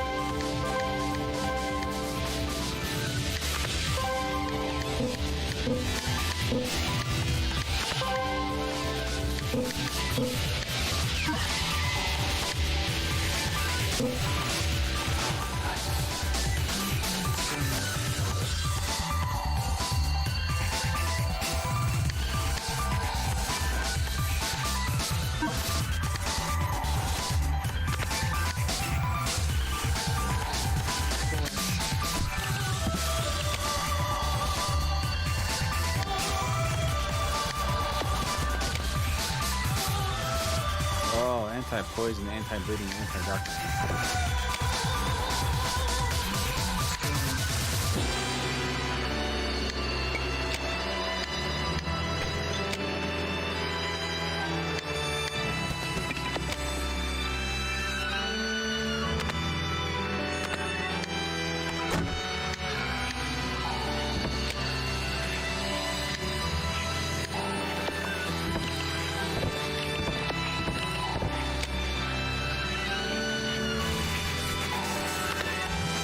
Lightning.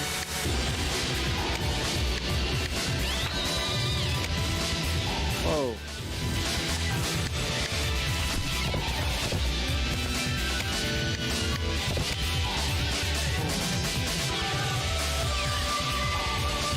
That's not bad. We'll do that. Save right there. 2 points of one magazine, a little rapid fire.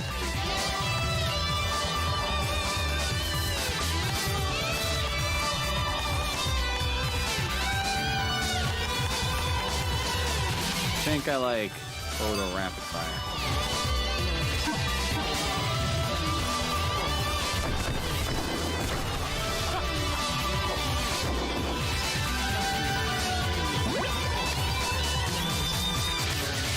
Alright. Chat, it's been fun, it's been real, it's been dope, but it is time for me to take a nap. I couldn't figure out a rhyme with dope, so I said nap. And it said, I'm tired. I have to go back to work. That's just a nice long little vacation. But it's back to work tomorrow. I was gonna go back on Friday, but I don't have enough time and things are getting crazy, so I have to go back to work. So I appreciate everyone coming in, hanging out. I will check you all out on Sunday. We'll be back with some Crisis Core and Python before that.